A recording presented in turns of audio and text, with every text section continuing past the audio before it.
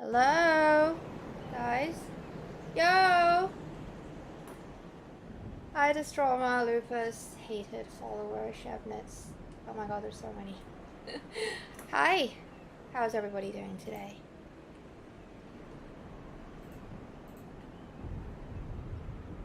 Are you guys excited? I'm excited. Ready? Are you ready? I'm ready. You guys like the Dark Souls ambience? You like Dark Souls man walking around? He's happy. He's on autopilot. Yeah, so the police car is Quendra. Yeah. Alright, let's go. Alright. Okay. Welcome, one and all. I hope you're all feeling good. Are you excited? I'm super excited. So thank you all for tuning in, joining me here today for... It's essentially a podcast. I have two distinguished guests with me. I am delighted to introduce to you fellow content creator and prime entertainer, Throthgar, the illustrious face of the Tyrannicon channel. Thank you, Throthgar, for coming on today. You're welcome, and I keep wine. Thank you. I'm going to show you guys, I made a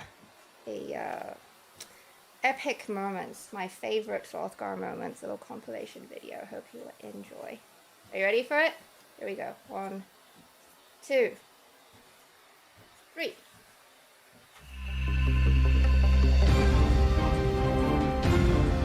Everyone's been given a warning. Given a warning. Look at that detailed CG. So real. It's you can showing touch the it. video. You got me burning. You got me burning at the Terminator. Now what? Ooh. Sarah! And I walk the dinosaur. Did it. I walk the dinosaur again. Sight. Did it. Open the door. Get pwned on the floor. Everybody fuck that dinosaur. Oh, a baby man. Baby man. You're under arrest. That's what we want to have happen. And I zap you in the back with arrows, see? Woo, embers! I've got ember protection on, scum! You're out! You sicken me. Embarrass you. Embarrass you! Oh shit. Go! Yes, Ed! You can handle it! You can handle it, you pussy! You pussy! Back up, Carlos. I'm gonna smash this fucking controller in a minute. Fuck this game! I gotta do all that again! Alright, I hope you guys enjoyed that. Yes, Typhoon, Mr. Typhoon, it was really difficult to select some of my favorite moments. There are a lot, but I decided to choose this key balance of pwning and being pwned. Yeah. Well, let's get on with this. So, most of you from our community, the reason why I made this video is because most of you from our community, The Realm, you might know him only as the Sekiro Guru. However, as you can see, there is so much more length and breadth to this man's sheer talent. Suffice to say, I make it no secret, Throthgar the White has been the one unmatched guiding beacon of inspiration for me as an entertainer. Thank you, Throthgar. If only more had your key vision, Katie. They don't. Also with me is Quendra Storm. Now, most of you have heard him on stream. He's my friend and neighbor, the ultimate backseat gamer, if there really was one, who makes occasional appearances on stream and who famously enjoys the privilege of my good graces. He still doesn't have a PS5, so he's pretty much claimed the one that's mine as his own. He's created his own account, he's got trophies and shit. It's not my PS5 anymore, pretty much. So all of us here are avid admirers of FromSoft's games. We've played every single one of their IPs from 2009 onwards. And because Throthgar and Quendra, you guys are by far much more experienced gamers compared to myself. So you guys possess key knowledge of the history of gaming development, especially that of Japan. Therefore, you guys are the perfect candidates for this event you've been waiting for. It's the best discussion panel you ever saw. Wants and expectations for Elden Ring. Hey. Now, we also have a thing that you guys are really looking forward to. So in addition to this key discussion, of course, all of you are more than welcome to share your thoughts. Now, you know, I talked about this, we're really excited. It's the SoulsBorne trivia. These are all questions that will test your knowledge of all the games from Demon Souls, both the original and the remake, the Dark Souls trilogy, and Bloodborne. The prizes you've all seen. I've shown you guys these incredible handcrafted SoulsBorne memorabilia that I found on Etsy that you can very easily make use of in your daily routines. You've got toys, keychains, mugs, pins, vinyl stickers. They're amazing. So there's a splash page of the prizes as well as the Google Doc of their Etsy links. I'm going to put them in the description.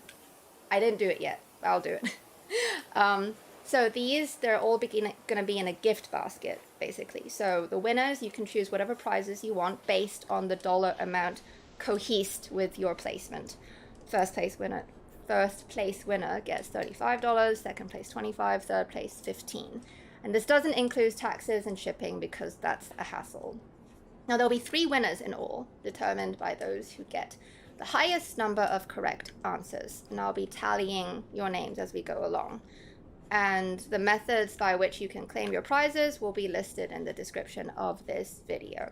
And I will outline the simple rules of this pop trivia. If you guys have never done it before, I'll give them before I ask the very first question. Okay, so that's all over and done with. Let's get right into it.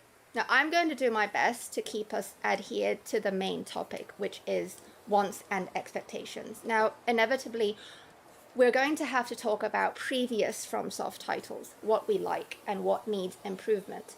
We'll also touch upon the gaming industry in general, especially that of Japan, like I mentioned before. We've read all the articles and interviews, and while a lot is revealed, there's still a lot that's cunningly concealed. So based on our previous experiences with FromSoft games, what do we want to see? What do we not want to see? How realistically can we expect to see these things? So, are you ready? We're going to get started with the very first question. Throthgar, okay. Yeah. Question number 1. How excited are you for Elden Ring? Is your anticipation all the way up here, or do you hold some measure of reservation? Well, for me, reservation, because I'm hearing it's going to be too easy, and then therefore the guru vids are going to do shit views. We need it to be hard so people struggle so we can show them how it's done. And then we'll have like millions of views on it. Otherwise, normally I would want it to be easy, but for the sake of the fucking channel, I need it to be hard. So he's apparently not going to be as hard as Sekiro, so that could be bad for us. But good for me as a player. So that's the number one thing that you're worried about, is the difficulty. Yeah, at the minute. What about the fun factor, or that maybe it would just be another Dark Souls 4? Well, that won't be too bad because Dark Souls is really good, but it really depends on how generic it's going to be. If the open world thing could make it feel real different, I don't know. That's true. What do you think, Quendra?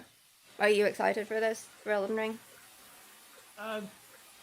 Not as much as I thought I would about a year ago, because it's if they can nail the open world, I don't think it's going to be easy. Really? No. It might be easy for, after you've played it a bunch of times, just like anyone's playthrough in the first Sekiro playthrough. If you thought it was easy your first time, well, you're full of shit. That is, yeah, I agreed. But I don't think it's going to be anything groundbreaking. Okay. Oh my God, we got a subscriber one again right now. Oh, who's that? I couldn't see. Oh Jesus, I couldn't see who subscribed. Sorry about that. I didn't put the thing up. Oh, who is it? We're gonna have to. I'll have to do that later. I'm so sorry. It's gonna be a tall ask to think it's gonna surpass something like Dark Souls 1. No, yeah, that was revolutionary. That was revolutionary.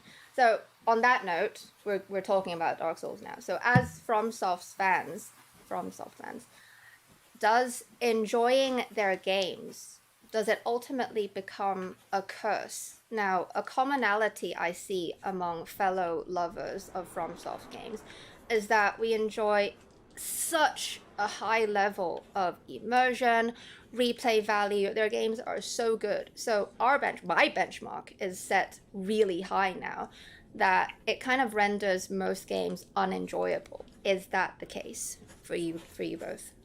No. No, I'm playing right now as we speak. I'm playing Yakuza Kiwami 2, and I love that game. And that's the same. Those fucking Yakuza games are the same thing over and over. I don't get. Well, I get kind of bored, but if I take a break, I love them again. I haven't got bored of Dark Souls yet. Every single one of them has been fun. Right. This Yakuza game, what do you like about it? I'm sorry to interrupt you.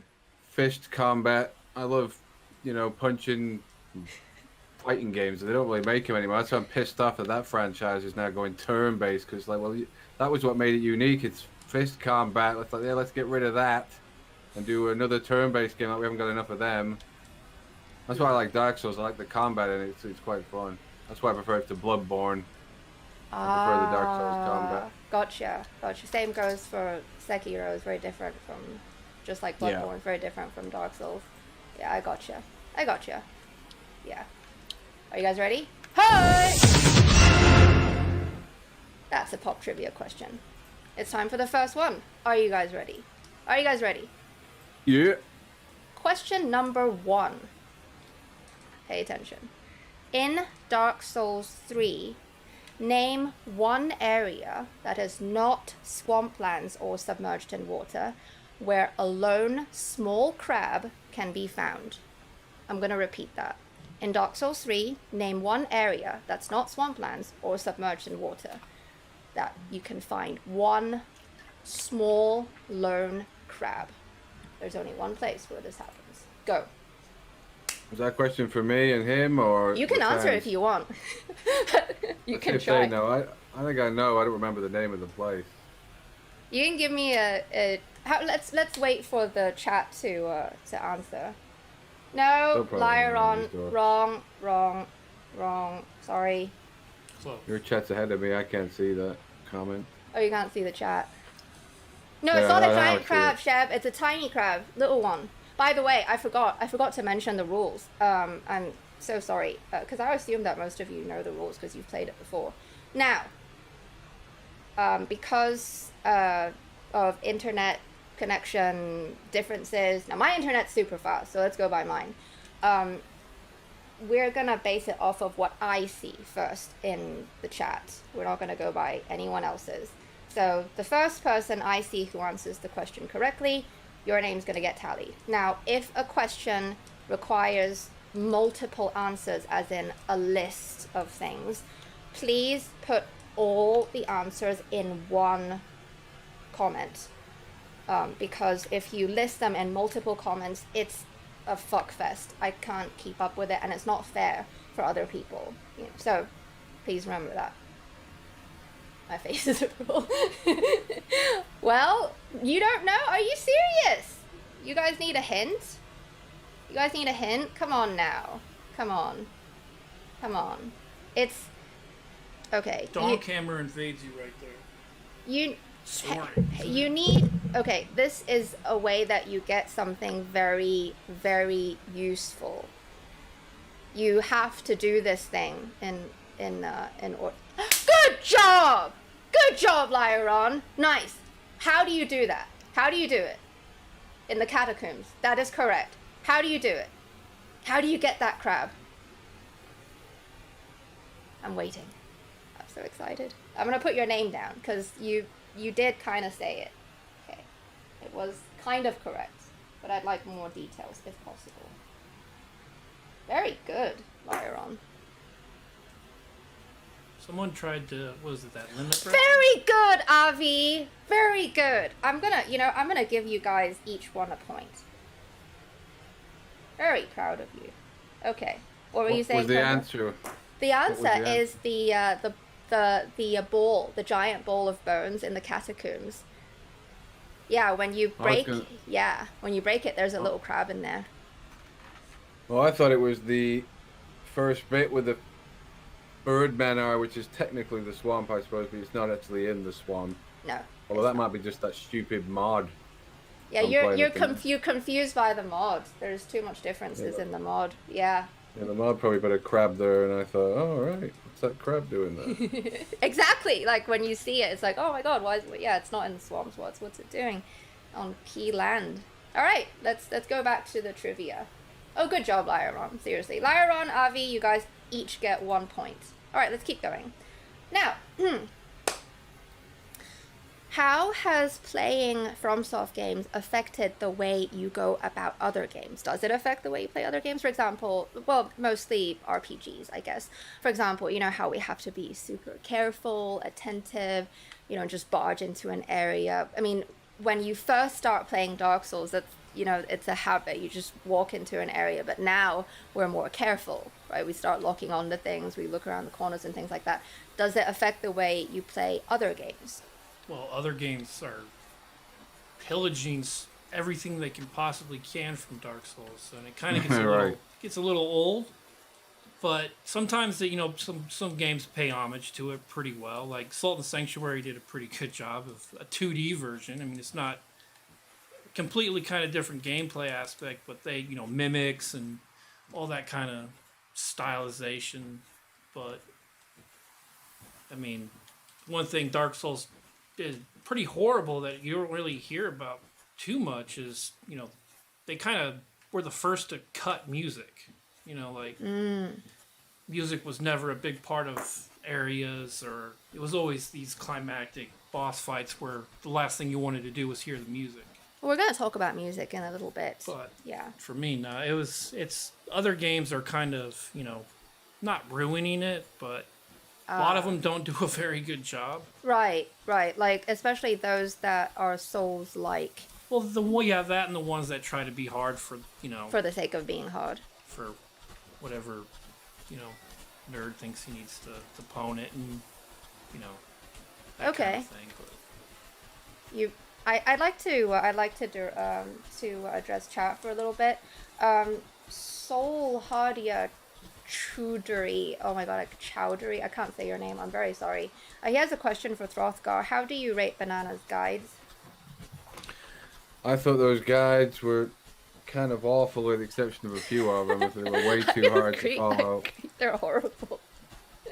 I'm glad they got good views, but they were pissing me right off. I couldn't follow half of them. They were too more complicated than trying to do it with learn the damn game. Right, it's harder. It requires skill to learn a cheese. Really, you might as well just learn the fight itself. Seriously, yeah. Another one, you had to do that parry. The guy who, the bodyguard, who you just quickly parried about 3 times and he loses. That was a good one. Right. But yeah, a lot of them were like, that's garbage. I'll just try and do it myself. Gotcha. I'm actually making an Ishin guide right now. That's my last guide. I gotta tell you, Throthgar, you won't believe this. Ishin's second and third phase, the combined moves, there are 63 combos. Yeah, there's 63 of them, and I have to show all of them. Anyway, we're gonna move on. No, my Ishin guide will not be tedious. It'll be great. You guys give it all the key views. Okay, next question. Now, this is an interesting one that I want to know more about. Now, one defining feature of FromSoft games is that the item descriptions and game mechanics, they pertain to narrative, as in it's a lot more advantageous for us to read that shit so we know more about our enemies, the respective levels, etc. Like, you can't understand what is going on in the game if you don't read that shit. So they are essentially the map to our world. Now, when did this become a thing? What games first introduced this that inspired Miyazaki to incorporate them in his games, starting from Demon Souls? I have no idea. Actually, Quendra knows. You were going to tell us some older games. Well, they used the older RPGs that... Didn't you say was it Symphony of the Night or some before that? Yeah, where each area, every monster had a, what is it called? bestiary. I mean, it started with Final Fantasy. Symphony of the Night was one that really picked up on it, where each you after you killed a beast a certain amount of times, it revealed what it would drop, what it's weak to, and that way you could, it was one of those things where in the SNES and NES era, everything was always pretty much revealed. You could find a guide through one of the magazines or something, but those games are where the developer didn't give it away.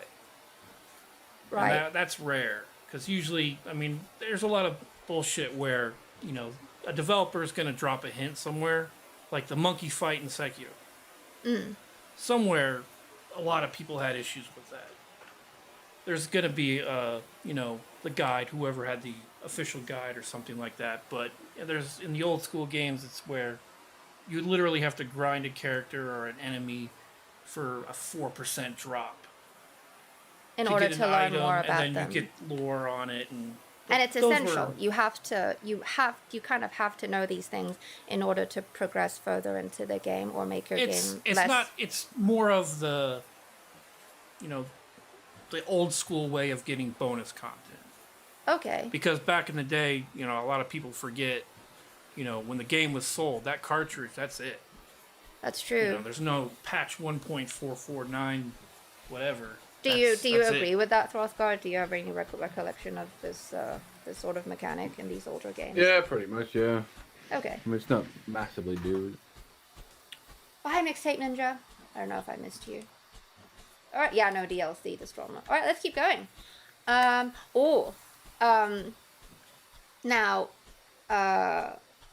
most of you know... Oh, by the way, Solhardia, to answer your question, to build a guide takes 4 weeks. For me, and that's 6 to 8 hours of editing per day, so it's gonna take some time. If you need help, please consider coming over to our Discord. We've got lots of nerdy Sekiro players there. They'll help you out, and I'll help you out. Now, most of you might know I have a ritual for my streams, and that's I sing songs that Patreon members requested.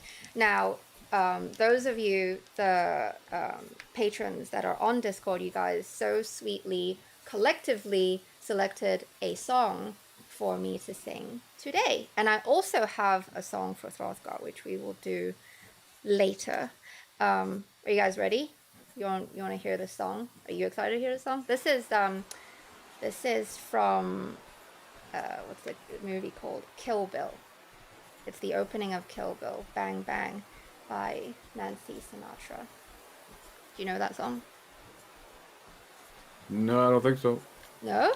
Well, let's give it a go. You hear it? I was 5 and he was 6. We rode on horses made of sticks. He wore black and I wore white. He would always win the fight. Bang, bang. He shot me down, bang, bang, I hit the ground, bang, bang, that awful sound, bang, bang, my baby shot me down. Seasons came and changed the time, when I grew up I called him mine.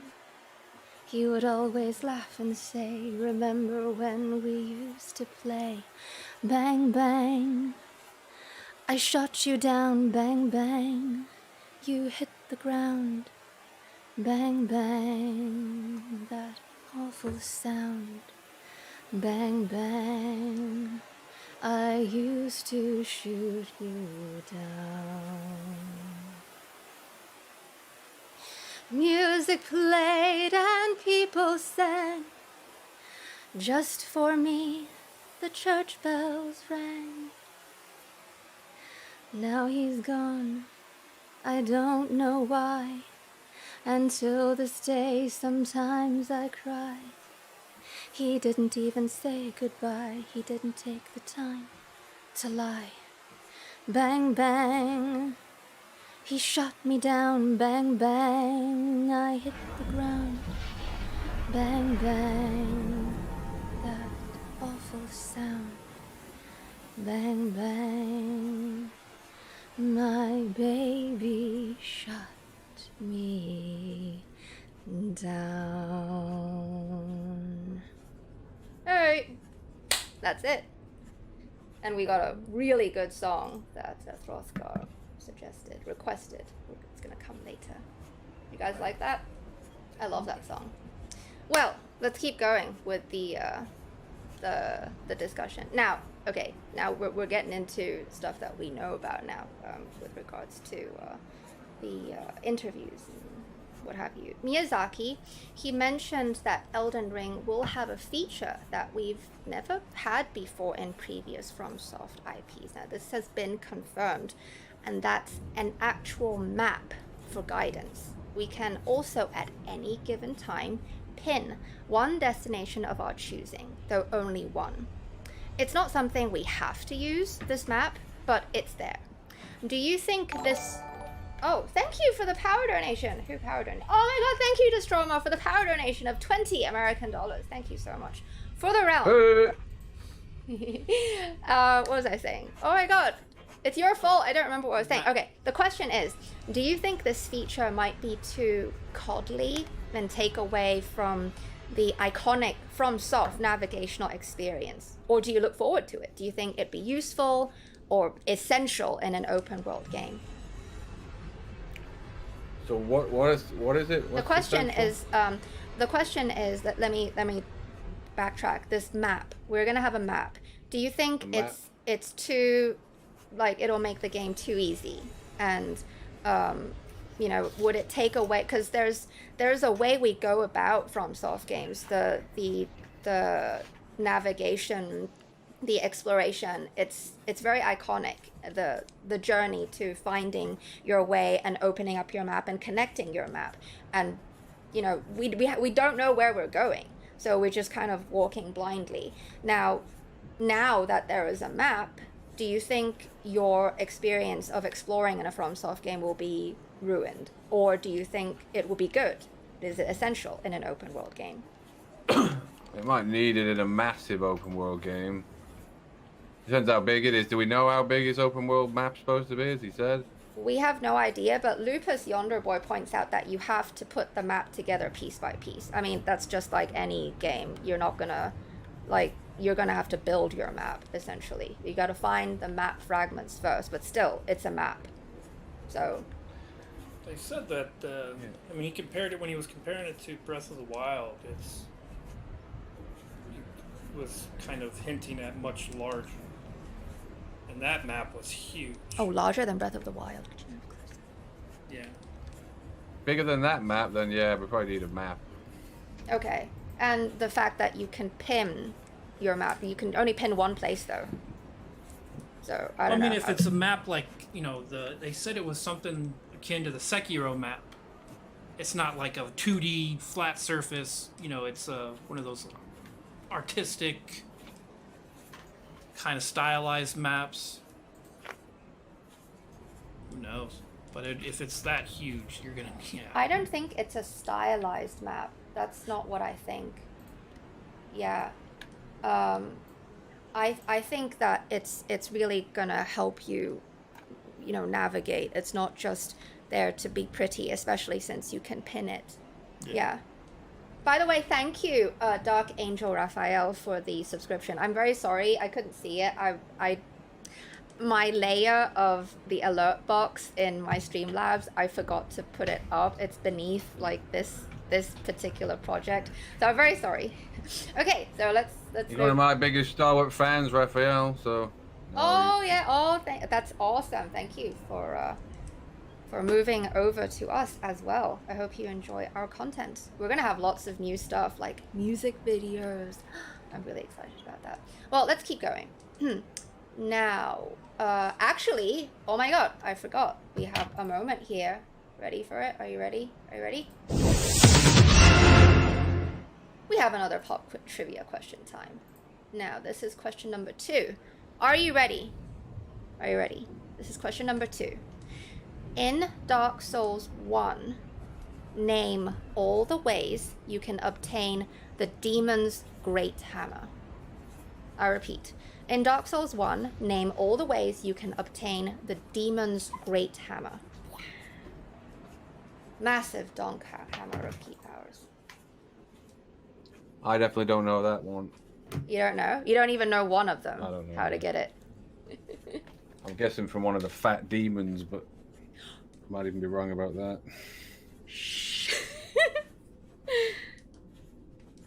Braid and Pace is the cohesive unit here. Well, we're all cohesive here. We're all cohesing. And so hot, I'm really happy. Oh my god, thank you for the sub one again right now. Who's that? This is Braid and Pace. Thank you for subscribing to the channel.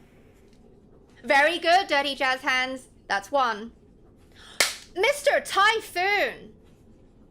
Okay. Oh, Sheb, you just barely missed it. You named both of them. You know what? I'm gonna be nice and I'm gonna give a point each to Dirty Jazz Hands, Dark Angel. No, actually, I'm sorry, it's going too fast. Mr. Typhoon, Dirty Jazz Hands, and Sheb. Each one of you are gonna get a point. Okay? Let me write your names down. 1, Sheb, 1, and Typhoon.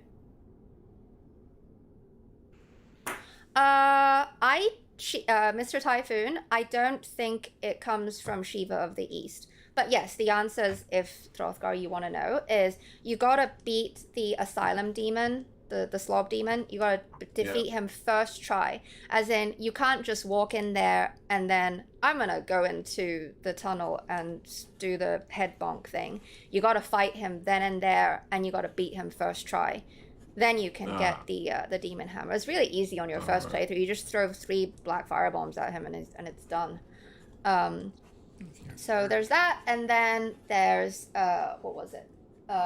You got to trade with Snuggly. You trade a thing with Snuggly. What was it? You trade a sack with Snuggly. That's it. A sack. That's it. All right, let's move on. Hi, Kami. Hey, Noah. Hello. Yes, that's right, you guys. You guys gotta put all the answers in one comment, please. This is the last. Thank you, Sheb, for pointing that out. I'm not gonna repeat that. If you put your answers in separate comments, I'm not gonna count it. Okay, I'm being nice. All right, let's continue. How do you feel about the new game plus replay value in FromSoft's games? Now, we talked about that a little bit earlier, or indeed replay value in general. Do you enjoy returning to a game, and why? Me? You asking me that one? Both of you, yeah. No, I don't like playing games twice, but the fans don't seem to want to watch much else, so I played through Dark Souls, all 3 of them about 3 or 4 fucking times. But I always rely on mods now to try and make it different. No, I if they made the whole differ. new game completely different, I'll be more excited. I beg to differ, though. Your DS2, you've played it about 6 or 7 times. Fucking hell. I have all those playlists. Now, I don't know, but you sure as hell make it seem like you are having fun. Yeah, it's still is that all fun, an act? it's still fun, but I wouldn't do it if I wasn't getting paid for it. Gotcha. Yeah, I understand. We're going to talk about that later, in terms of being a content creator. What about you, Quindra? How do you feel about the new game plus replay value in FromSoft's games? There hasn't been one since Demon Souls. Really? What do you mean? I mean, a reason to, go beyond you beat the game, and then when you came back, right? Souls, it changed a lot of different things, and, like this world. Can I be facetious here? Right. That's why you played Dark Souls for 10 years. Well, it's when there's nothing else to play, and when you gotta, it's fun to go and pwn for a little bit. But have you ever tried Yakuza there, Quindra? Oh yeah. You like Yakuza? That's why I like Yakuza. You just go around and pwn. You just go around, beating up, collecting cash. It's just like Dynasty Warriors. It's all the Street Fighter. I can still play Street Fighter 2. That's because the replay, still fun. There's still. I mean, was it 20 years and I still haven't mastered, a single character. That's like true. some of these guys, That's true. you know, That the you don't professionals. need you don't need New Game Plus for a game to be fun, basically. Yeah, for I mean, you to come but, back to it. Like, they have you know, all of a sudden for like the last year and a half, all the mods are starting to come out, and I mean, they seem pretty cool. Lighting changes, but at the end of the day, like, you know, the monsters are the same. Like, you know, either you don't really changing much to make it where it's, you know, that kind of first impression again. Bosses change, but the cool thing about Souls, I've always, you know, the areas and getting through them and stuff has been, and that's the cool part. But when they're the same enemies in the same places and maybe a little I get changes you. here and We're there. gonna talk about that right after this, actually.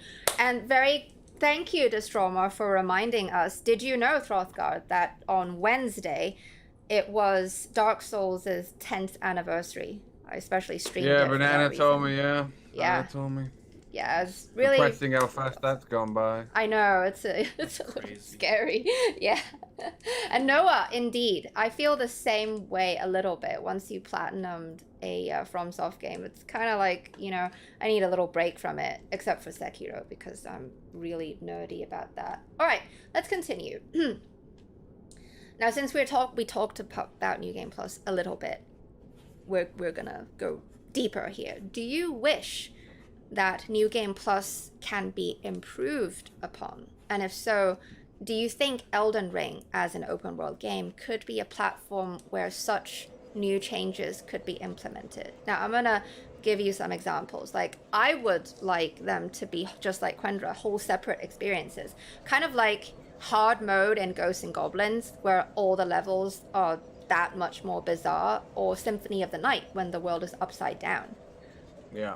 Do you what do you want New Game Plus to be a better experience? I'd rather have the. I'd rather it was, yeah, but, you know, Symphony of the Night's quite a short game, and it's easy to just flip a 2D game upside down. I don't know Yeah. what the hell they do, really. If it made development time take even longer, I'd say don't bother, because it takes way too long for these games to come. At least FromSoft games are kind of quick, but look how long it's been since Skyrim now. Right. Where the fuck's the next Elder Scroll? When I'm dead? Yeah, I think they focus on the base game. You know, they don't need to Yeah. pump out all this extra. I mean, that's the whole issue with they've had since Dark Souls 1 is all the trying to ram too much content into a game. I mean, they're good at it now, so they can pump them out pretty quick. Like Sekiro came out, and Yeah. Elden Ring bad. is. I would assume the development delay with Elden Ring's platform. So the architecture, all the that's changes, and you know, back in the day, how Sony would advertise, but now it's, you know, they're PC, Xbox. So you don't really have much preference on. In an open world game, there's no real incentive for a New Game Plus. You know, once you experience an open world, it's kind of one and done. In my experience, you know, in a good open world game, it's kind of There's no point in coming back to it. if you want to look at Elder Scrolls, are you gonna, once you discover a spot or go through an area, you know, what's gonna change the second time with a little different character? The area is gonna stay the same. You know, whatever happens there is gonna stay the same. You might make a different choice, but just, you know, That's what I'm reload a saying. save. How about when you're gonna have lots of different choices? Well, I mean, give that to the player to begin with, not in a different game cycle. Oh, you don't prefer that to you have to go to a new game plus cycle in order Well, to for some generate things, special things, yeah. But paths? if you throw that in all the time, then the game's gonna be one of like Mass Effect Andromeda. You're basically gonna get a dialogue wheel of shit because they want to have so many choices or things that, you know, like what, you know, one of the greater games. If you look like Half-Life. Reason That's why a great Half-Life 2 or in 1 were so good is, you know, the developers were like, what's really fun? Oh, we got this physics, you know, weapon that can mess with physics. Give it to the player. Gave it to the player and you can pwn with it. And it's a classic. It still holds it, you know, better than half the shit that's out today because it's Yeah. that's just how it is. And once you know, FromSoft is pretty good at staying close to that mantra of, you know, don't make it stupid. Okay. But to Okay. make an open world game, just make the, don't do, artificial generated bullshit. Okay. Okay, I get you. Noah asked the question, which FromSoft game would you want to play for the, like, if you can go back in time? You can play it for the first time again, if there is one. Dark Souls 1 for sure. Me too. Yeah, definitely. Yeah. That was life-changing. Even though I started with Demon Souls first. Dark Souls 1 was really wow. And Lyron, I agree that more mod support would be great. All right, let's move on. Oh, I realized that it's another pop trivia question time, and we are going to now. This is one that Throthgar you might know because you've played it 6 times now. In Dark Souls 2, Scholar of the First Sin, name all the locations where Lonesome Gavlan Wheel Gavlan Deal, that he can be encountered and traded with. I repeat. Okay. In Dark Souls 2, Scholar of the First Sin, name all the locations where Lonesome Gavlan can be encountered and traded with. I remember he's in... Let's wait for the chat. Yeah, let the chat figure this. I kind of remember. I couldn't tell you the names of the places. It's okay. You can describe them to me with key detail. Because they changed them around, didn't They changed it in Scholar, but yeah, that's what's confusing, because I think Throthgar played both versions. He played, you played the launch version, and then you played Scholar. Did you guys get the question? Should I repeat it? What are you guys thinking? I'm going to wait for you guys to think. No clue, Dirty Jazz Hands? Oh, no. Probably don't even remember who Wheel Gavlan Deal is. Poison arrows. That's all I remember. He's the guy that sells poison arrows. That is correct. He's a semi-dwarf slob. The names of all the key areas I know, Sheb. Now, if you guys can't think of the names of the areas, I'm going to let you sort of get a little creative with describing these places in as concisely as possible. Okay?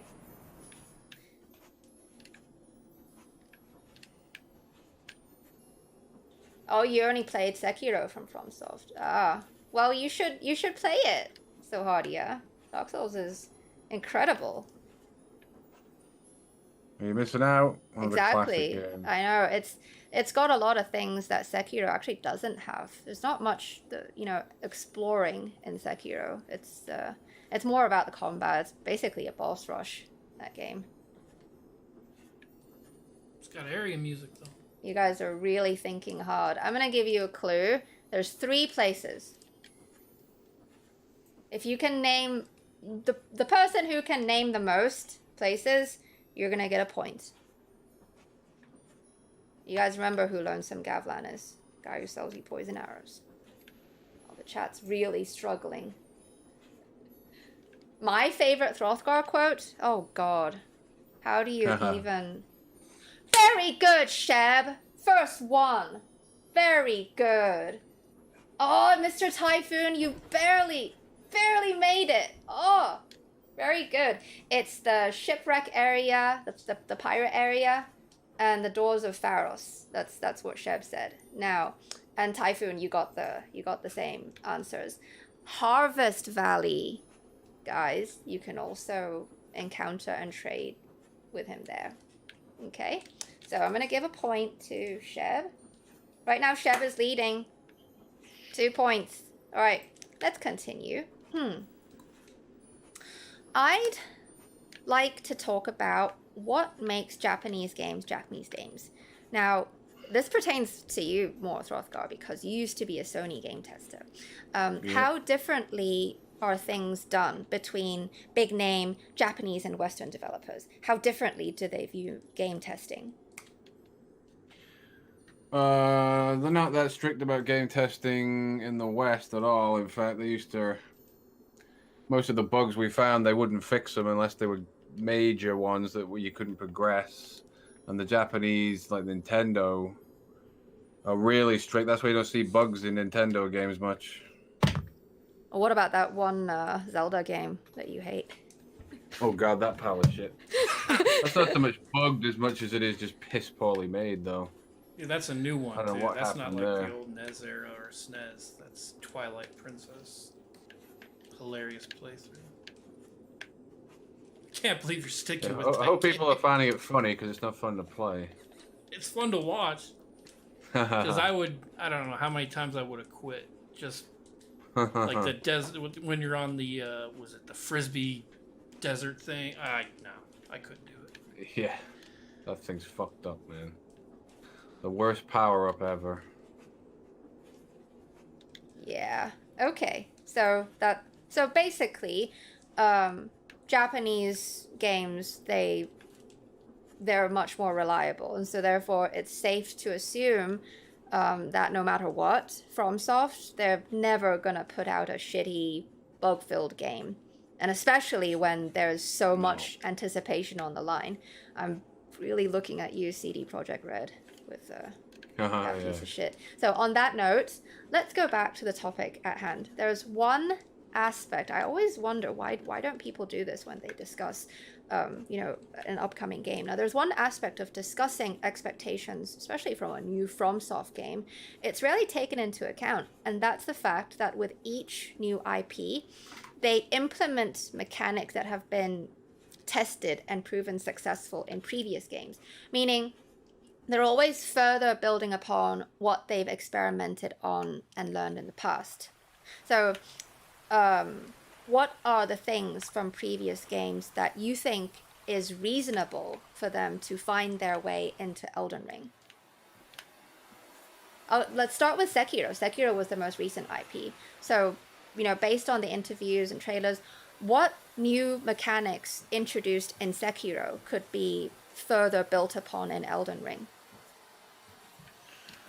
Trying to think what new shit was in it. I don't want to see the parry bar ever back again. Oh, you don't want the posture system. No, that was too hard and annoying. Music. Area music. Yeah. A bit more music, yeah, that was good. Apparently there is. Isn't there an Elden Ring? They said more there music? was.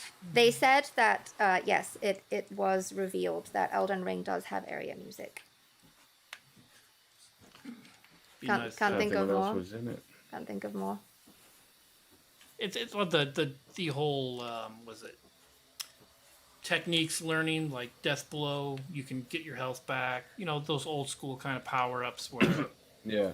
you can pick up different things and suck up items instead of walking around like a jackass picking shit up, and then being on a spot where you can't pick it, that kind of stuff, where it's easy, just hold square. Or you can just walk over them, Yeah, a lot that of kind of games stuff, are. Yeah. Okay. So you think these could be made better in Elden Ring? Yeah, I mean, well, implemented and not forgotten, to where don't go back to Dark Souls where you can't jump. It's not 3-dimensional anymore. It's kind of No, you can jump in this one. Sluggish. Yeah. Like Zelda did a great job of always kind of innovating from the very first game they had, and Link of the Past, well, I think it's the greatest one they've done, and then Breath of the Wild was fun, but it didn't. But they at least are trying something different. So that's what you hope with FromSoft is try something different. You're good at it, so try it. Yeah, that's true. They're very. But then innovative. again, you gotta their Bandai is Japanese companies aren't known to take risks. Nintendo is, for some reason. Those guys are crazy, and they will take risks. But most of the Sony people are kind of what they thought of Demon Souls when they first saw it was, this game's going to be shit. Why are we supporting it? That's right. So I mean, when the fans talk, that's it's the only thing they can hope for. I'd like to address chat for a moment about the pausing in Sekiro. That's really great, but I don't think we're going to have it in Elden Ring because it's an online game. Now, I wonder if, I thought about this, if you play offline, can you do it? That would be great. Yeah. And Will wanting elemental effects to be more important, like burning, poison, terror, that sort of thing. Like, how poison in DS3 is just like, why are you even there? Like, it doesn't matter. Yeah, I agree. It would be nice to see those things improved upon in Elden Ring. So let's keep going. Now we just talked about this. Let's discuss the importance of music in an open world game.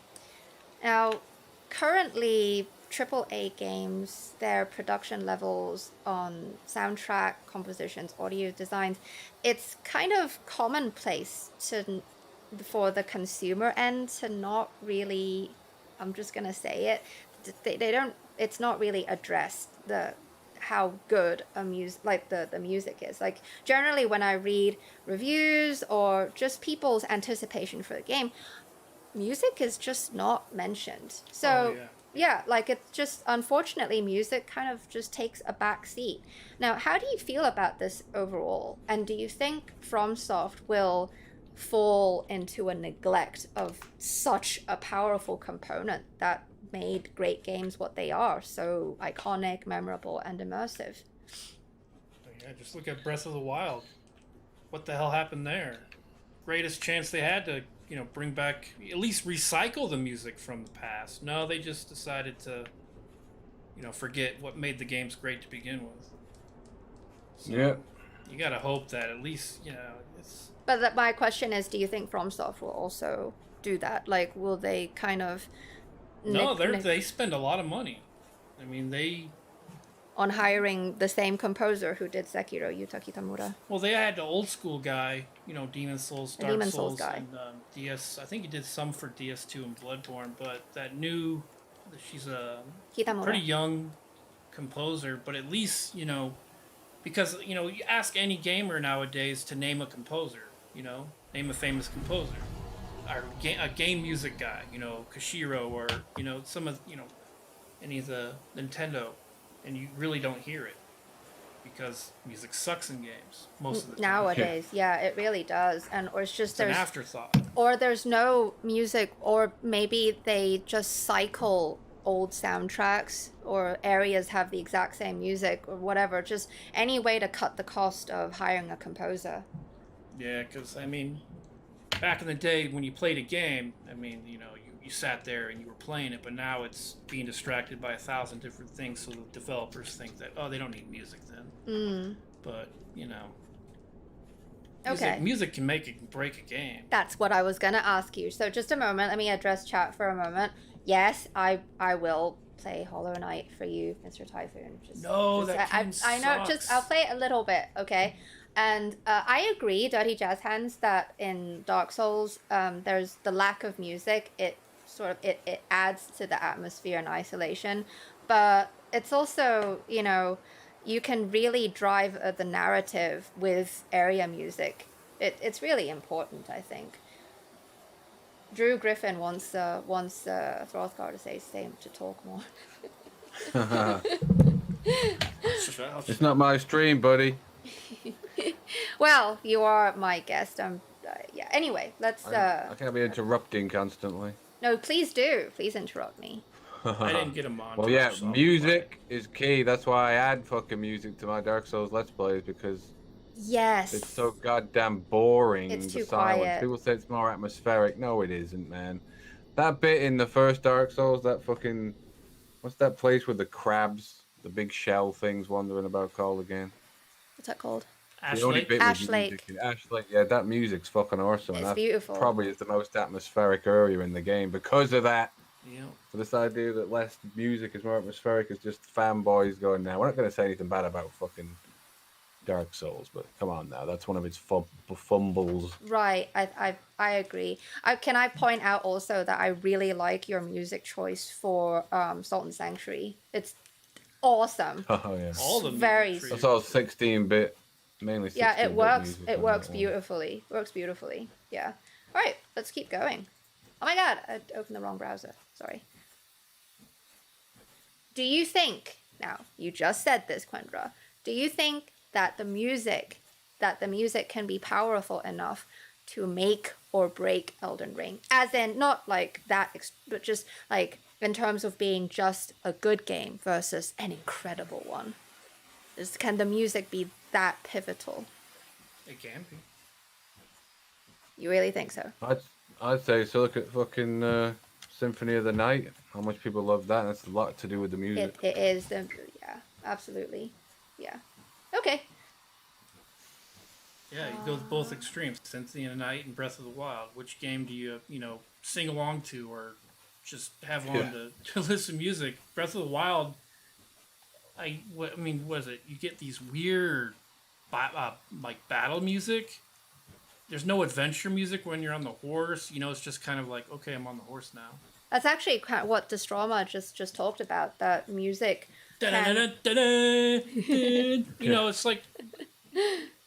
Can I tell you what he said? He said music can be signature to driving themes of identity. It can really vary dramatically on character development. Yeah, it is important. Are you guys ready? It's another pop trivia question. Key time. Now, please pay attention. It's a little bit of a trick question. So pay attention to my choice of words. Question number 4. Throughout the SoulsBorne series, in which do Patches the Hyena make appearances?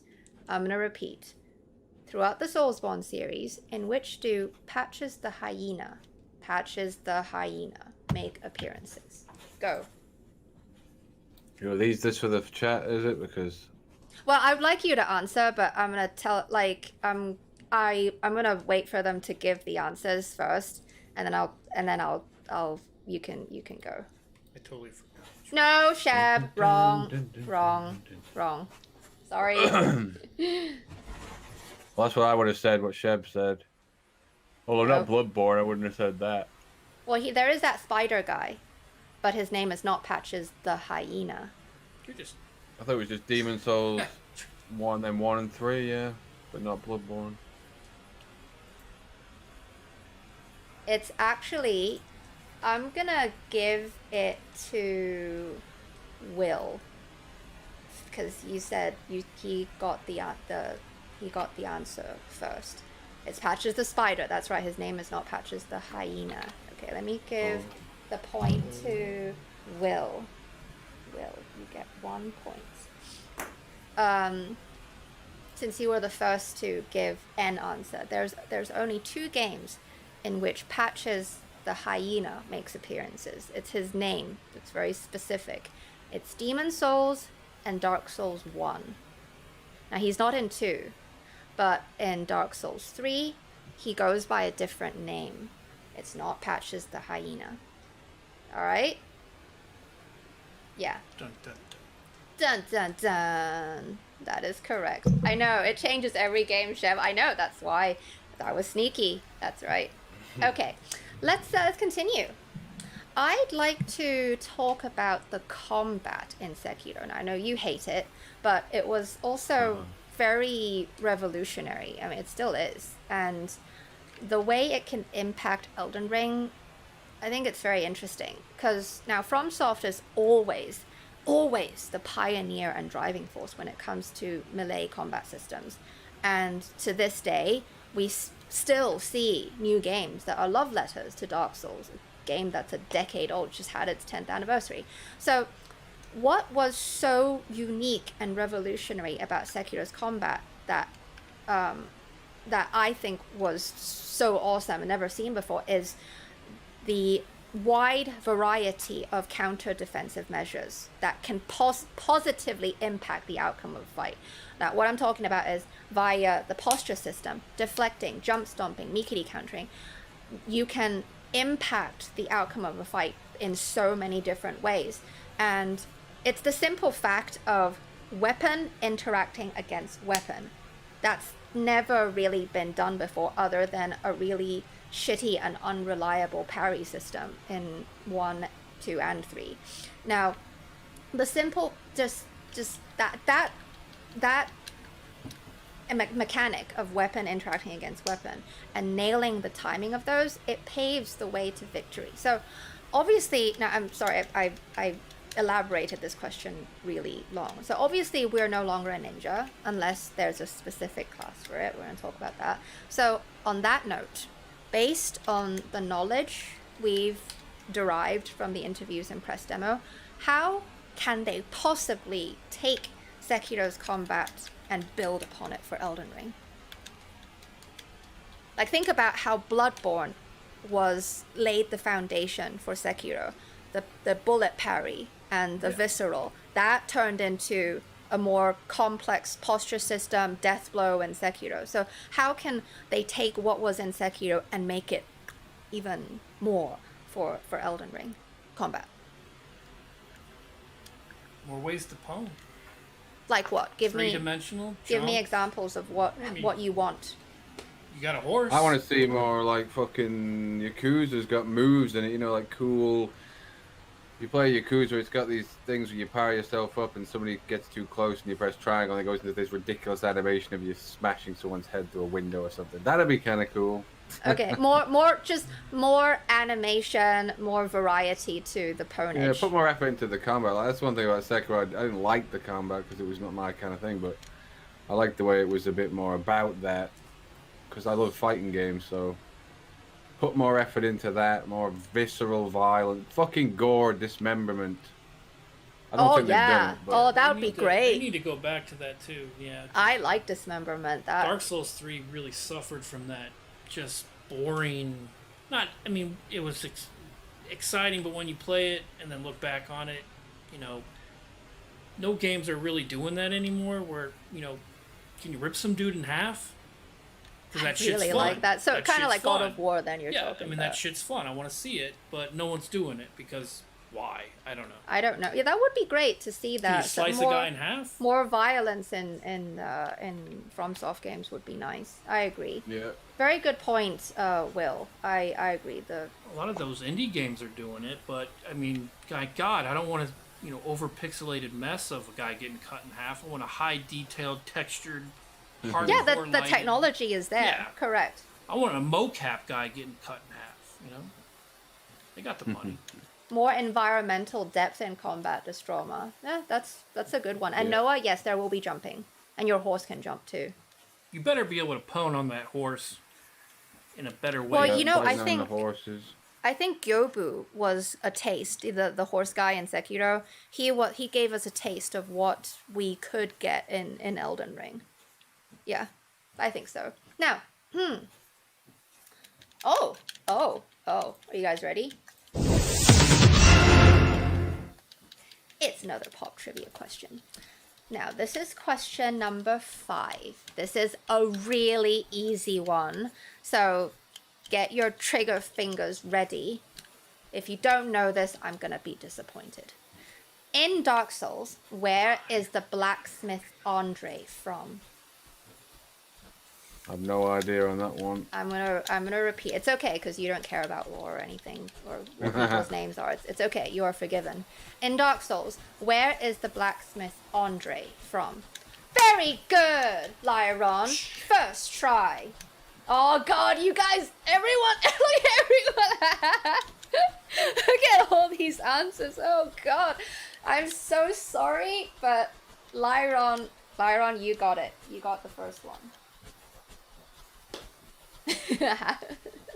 Very good, guys. Thank you for the enthusiasm. I appreciate it. And I'm sorry, that's just, we said, it's my internet, and Lyron, you were first. Okay, you guys ready? Let's continue. By the way, right now, we have Lyron and Sheb leading with 2 points each. And then we got Avi, Will, Dirty Jazz Hands, and Typhoon, each with 1 point. Now, interviews with Miyazaki have indicated that perhaps Elden Ring will be a return to an overall vibe that makes Dark Souls 1 so iconic, and that is its similarities to D&D, Dungeons and Dragons. Now, I play D&D every week. I love it, and our awesome game master, he designed a Sekiro Bloodborne campaign for us. And I'm going to make this into a playlist. I know you guys will love this. And I've grown to love how stats and abilities work in D&D, as well as how decision-making works, how the outcome of an adventure can be so greatly impacted by key choices we made. Now, it's the stats I want to talk about first. Are there new stats that you'd like to see? For example, one that's been confirmed, agility, which I assume it stands for athleticism. that maybe it can allow you to scale walls or give you an advantage with stealth attacks, or perhaps a stat relating to your charisma, powers of persuasion. I mean, this takes us to the next question, but we'll focus on physical stats first. What new stats would you like to see? Yeah, stealth would be good. There's no stealth in Dark Souls, is there? Am I forgetting? No, there's no. There is stealth in Elden Ring. That's been confirmed. Well, that's alright. Yeah, that then. I can't think what else. There's so many goddamn stats in Dark Souls. They don't tend to miss much. Yeah, they got pretty covered. They do, What but would be nice to see is maybe influencing or seeing, they did it like maybe 3 times in the entire series where you were in a map, you're in an area, and you see like enemies fight each other. I want to see that shit more. yeah, but that's not your stat. Yeah, but maybe a stat that influences it. Oh, you get people to fight like Yeah, like get some guys puppeteering. But not some Yeah, stupid, not some stupid little minion that gets pwned in 5 seconds and gets stuck in a wall. Oh, like in your DS3, your convergence But, mode. something where you can actually, you don't really control them or just say, So just your key presence will make it so that people in an area, they'll go at it. Yeah, I guess it's unrelated, but, It's a stat. It's a stat. Yeah, Sure. something where people, you're not just the one guy versus every single other person on that map. There's other people against other people, It's not Yeah, really... like Fallout 3. Yeah, You like stumble on Fallout 3, enemies where over you the got fight. people poning each other all over the place and you stumble upon them and, who do you help? Because God But even if forbid... they had some kind of maybe factions in it too, as opposed That to would the be- Covenant, and then maybe there's other like groups of. If it's gonna be open world, you have tons of enemies in one area, and if you join some fucking faction, they're all right with you, and then they might be fighting some other enemy. That could be good. I Yes. don't think he's done it. But. Yes, more difference, like more actual impact to your gameplay by joining factions. Yeah, they said Right. there were six like areas with their Yes, own 6 areas, people, dungeons, and stuff like that. and that yes. you can. That article you sent said that you can go through the areas in different ways, where straight ahead, barge through the front door, stealth. So Very I- good. I Very don't good. really think we'll see it, but that would be great because open world or all these new games, you get no choice anymore.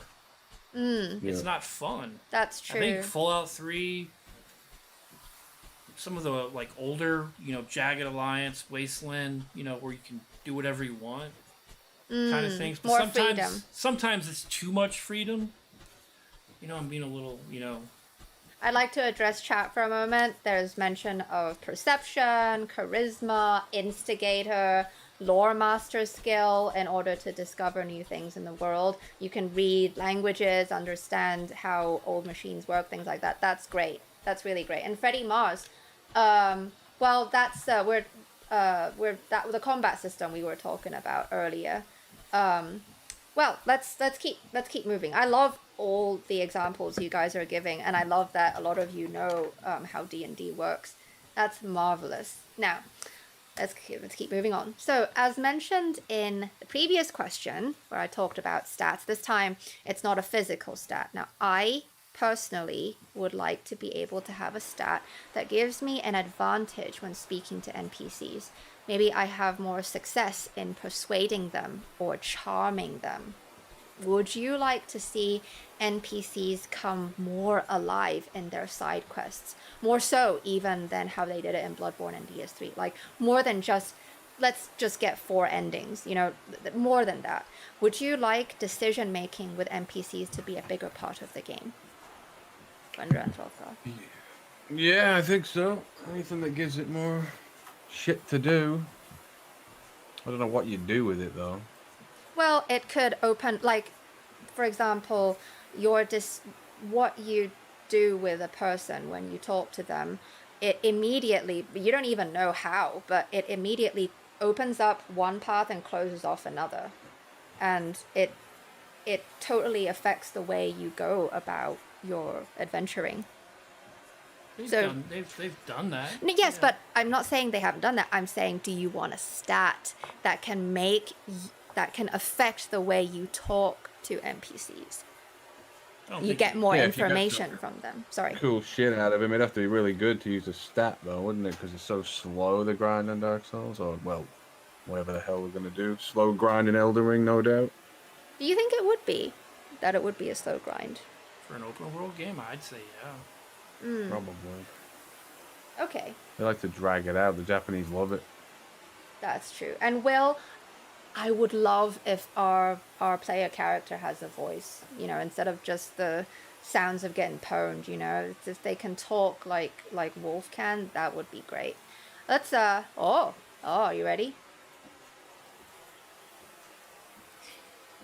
Did it go? Oh my god, it didn't move. Hang on. Ah, my sound effect. It didn't move. There we go. Okay, another pop quiz trivia question time. Sorry, that didn't work for a moment. Now, this is gonna test your key knowledge of Dark Souls 1. Okay. Without the master key, what routes can now no longer be bypassed in order to complete the game? I remember that one. One more time. In Dark Souls 1, without the master key, in order to beat the game, to complete the game, what routes can now no longer be bypassed? This is question number 6, by the way. I don't know that one. You guys gonna... Very good, Lyron, very good, but there's more than one. There's more than one. You can do this. Come on, hurry.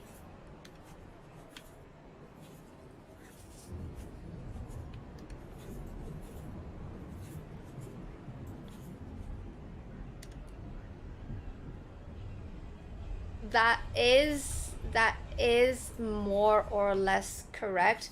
All of you have given good ones, like Will, the depth, that is correct. And Capra Demon, oh, this is gonna be a tough one. Yes, exactly, you can buy, but yeah. But, well, actually, you can't go through the Valley of the Drakes without the key. Am I right? You need the key in order to get there. Am I correct? Well, Am I tripping? you can go through the Valley of Drakes through the forest area. Well, I don't know who to give this to. I'm gonna, you know what? Since there's so many of you, I'm gonna give everyone a point. So Lyron, you get one, and everyone's a winner. Okay. Everyone's a winner, baby. Yay! Throthgar sings. Sorry, give me 1 second. I'm writing down points. White Augur of Ecstasy. You get one. Mr. Typhoon. One. I know, he's got a great name. Dirty Jazz Hands. You get one. Sheb. You get one. And James Kimball. Oh my god, there's so many. James Kimball and I don't think the Dark Root Basin door is part of the master key. It's another key. It's the Astora key, isn't it? Or am I tripping? I think I'm tripping. James Kimball. It's been 4 years since I've played through Dark Souls 1, so.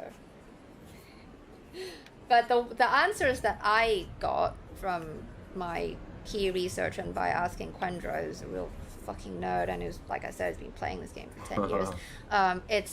It's beating the Capra Demon and the Depths. Those are it. Okay. So, should Shashir get a point too? Sure. All right. Shashir, you get a point. Sure. All right. This it's a lot. Okay, good. Thank you. Yeah, Dark Root door is another key, right? Am I right? Am I right, Sheb? We're gonna, you know, Shashir, I'm sorry, but I'm pretty sure that it's another key. So you get X'd out. Let's you're gonna get another chance. There's still a lot more questions. Okay, let's go. Thank you all for so enthusiastically joining in on the pop trivia. All right, now we are going to talk about character builds. Now, it's been confirmed that apparently the character builds will be given. They'll all be viable. which means, for example, let's say you want to play as a pure archer. It's not going to be a handicap anymore. You're not going to be a weak coward cunt. Now, our stats, instead, in Elden Ring, they'll give us clear advantages as opposed to disadvantages. How do you think this will impact your role-playing experience? I don't know. You were the one who got me to ask this question, Quendra. I did. Yes. Yeah, you're blaming it on me. Well, there's another word for that. What was the question is, now our character builds, they're not going to be like handicaps. Like if you choose, like I said, if you choose to be a pure archer, a pure magic man, it's not gonna be, you're not gonna sacrifice a whole lot. You're not gonna be a super weak character. Your stats will give you a lot more advantages versus disadvantages in playing. It's not gonna, for example, make your game a whole lot harder. Everything is more balanced. Now, how do you think this will impact your role-playing experience? I mean, if that's completely true, then that kind of makes the game pretty vanilla. I don't know. I don't like the sound of that. You don't like the sound of that? No, because, if you play as a degenerate invalid, you're not going to be able to cast, special, you know what I'm saying. So if you're going to be an archer, you're going to be a little, you're going to be a twig. You're going to get pwned. Twig You got to stay back, or something like that. Or otherwise, what's the point of doing it? I don't know. It seems like. You don't like the sound of this. Well, not that I don't like the sound of it, but it just don't broke if it's not. Don't fix anything that's not broken. Throthgar, you were gonna say something.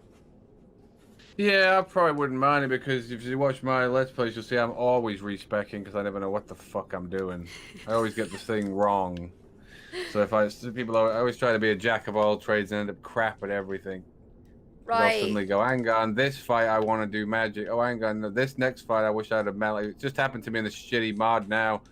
I'm playing with some spell guy. You're a necromancer. And those fucking, the congregation are kicking the shit out of me because one little spell can't get to that piece of shit who's the glowing bad guy. So I need a big sword to cut through them all. So I'm gonna have to respec or something. He can't do it. Yeah, I understand. What was it, James Kimball? Oh, if people play their standard stealth archer, then it could turn into the same protagonist as every other open world game. That is true. That is true.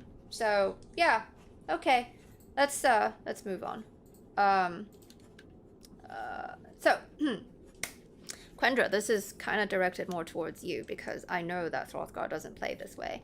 I'd like to talk about the HUD-less experience. Cinematic playthroughs, they've risen greatly in popularity the last couple of years, and Sekiro, it definitely delivered in that department. Aside from the tutorial messages popping up in a new game or descriptions of special items when you pick them up, the entire game is completely HUD-less. Now, I know you're a fan of playing cinematically. You don't like to see the HUD. You like to be more immersed. So for an online multiplayer game like Elden Ring, how can the HUD-less experience be further improved upon? Like was it Dead Space? If you need to display something, display it in a way that, seems natural. I know Japanese developers don't really do that. They kind of clutter the entire screen with just complete nonsense. FromSoft hasn't really succumbed to that, and luckily in Sekiro you could do it. I just don't like seeing all the weird shit that just distracts the hell out of me. But it's nice to play a game where it's not, if you want to just run around and check shit out without having 9,000 things pointing you in a different direction. Sheb likes your example of Dead Space. And Lloyd Lennox, I like the idea of a toggle button. That would be great too. Okay, let's move on. Oh my god, I'm sorry, I clicked the wrong thing. But if they do the no HUD thing, I like the whole Sultan Sanctuary where you can at least see what the hell your characters has on. Thank you. Do I got my healing shit on, or am I gonna cast this rare thing that I only have one of and I accidentally put it on, kind of thing. So, yeah. I think James Kimball, I think Sekiro, for what it is, because of its really new combat system, I think the HUD is fine, and it's a beautiful Japanese-esque design. It works fine, but I prefer taking it off. The game looks so much prettier without it. But yes, like with Wolf, with the quick items, you can't see what the fuck he's using. That's why we need the pause screen. Yeah, minimal HUD. Yeah, there we go. All right. Whoa, huh? It's another pop trivia question time. All right. This one is, I don't know if you know this, Throthgar. It's question number 7, sorry. Question number 7. In Dark Souls 1, how can a non-cursed variation of the Great Sword of Artorias be made? I repeat. In Dark Souls 1, how can a non-cursed variation of the Great Sword of Artorias be made?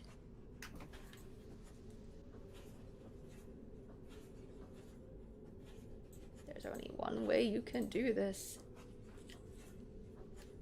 Is this another key question to the fans? Well, it's for every, but like you can answer it, but just wait I don't for know the answer wait to for that wait.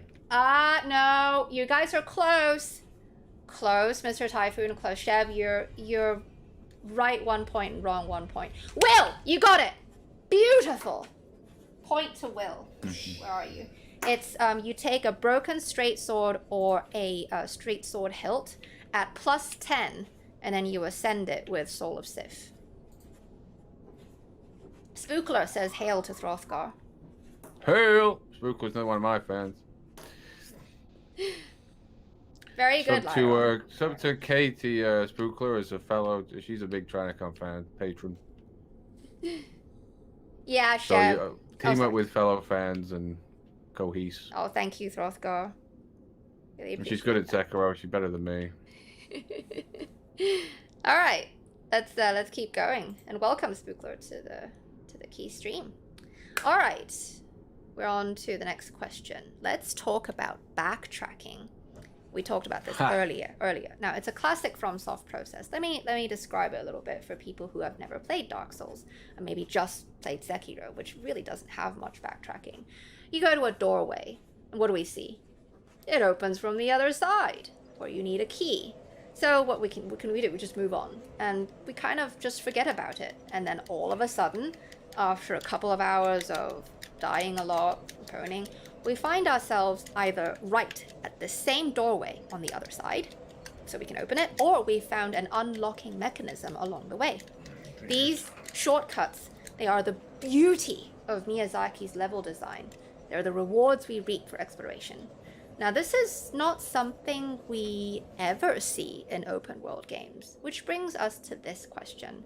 How confident are you that FromSoft will redefine the open world genre and introduce actual level designs on the map outside of the confirmed dungeons? No random generating of events or enemies, but rather inserting their ingenious area layouts into the open world of Elden Ring. So they're claiming they're gonna have dungeons in Elden Ring? There's dungeons in it. There's mainly 6 big areas separating the map in Elden Ring, and in each one there's dungeon upon dungeon, lots of dungeons, and you got to go through them. Sorry, they're not gonna be like that horrible chalice shit, are they? They're gonna actually be kind of cool and different and. Yes, they're going to be different. Bloodborne. They're going to be well, because the chalice dungeons in Bloodborne, it's an extra area. Like, you don't have to do it. So yeah. It was given to the fans, so I can't really complain about that. And I know it's repetitive and it's real shit, but yeah, it's not going to be like that in Elden Ring. They're improving upon that. They're taking the chalice dungeons and making it way better. But going back to the question is, do you think that FromSoft will helm the redefinition of the open world genre and give us level designs? I hope so, because it needs it. Someone needs to shake up shitty open world. Yeah, because no people one's love to done it. copy from stuff, so. You're really I don't know confident if it about will, this. though. Do you think they'll do this? Well, you gotta I hope don't so. know. You gotta hope I so, hope because so. no one I else would- can come I don't know. close. And you can't really name, like, everyone's always touting, like, oh, we've done it. Like CD Projekt Red, we did it. We got it. You know, the Witcher 3 areas were, you know, kind of cool, and then they, what the hell was, I forgot the game, Cyberpunk. You know, when you kind of try to do too much, so you just, you know, hopefully they do it. Hopefully they, That'd be great. Will brought a very good Lyra on a Lenny cosplay. Yeah, I did a stream with Lenny. If you'd like to check it out, it's the one where we discussed the Sekiro art book. But Will, I like that to have, you know, to talk about factions. We talked about that earlier. And James Kimball, very good point. The Metroid style, where you is he a fan of yours? Is James Kimball a fan of yours? No, I'm just quoting Kindergarten Cop. Because he's called John Kimball in that Arnie, isn't he? It's a great movie. Who's your daddy and what does he do? Very good. Now, Metroid, he mentioned that he would like the Metroid style design, where you can come back to an area with new traversal abilities, access more parts, like diving powers in Sekiro, like that. So, in this game, in Elden Ring, this open world game, do you think it's reasonable to expect backtracking the way that we like it, and not tedious? No. It's not going to exist. No. You're going to keep moving ever forward. It's not a two-dimensional game. It's not. I mean, Metroid's Metroid because it's level design perfected. The guys who made like Super Metroid, it's, you know, going beyond the tedious level design to where it's just, you know, these guys are just insanely devoted to their own little projects. But if you got a giant open world, you just hope that you're not going to see the same shit every 5 seconds. Let alone something curated like Metroid. So, I mean, look at any, like, you know, a really good, you know, classic, and everyone loves this guy, Kojima. MGS5. That open world was shit. The open world is shit, but the actual, you know, the stealthing, the actual missions, I platinumed MGS5. That could I'm have really good at that. You know, of all the areas and all the world and all of the, you know, ultra, you know, fake shit you could come up with, it's a desert with rocks. Exactly. The open world aspect of open worlds has always been shit. So hopefully they'll make, you know, we have a horse, so hopefully traveling throughout the world will be actually kind of fun. Yeah.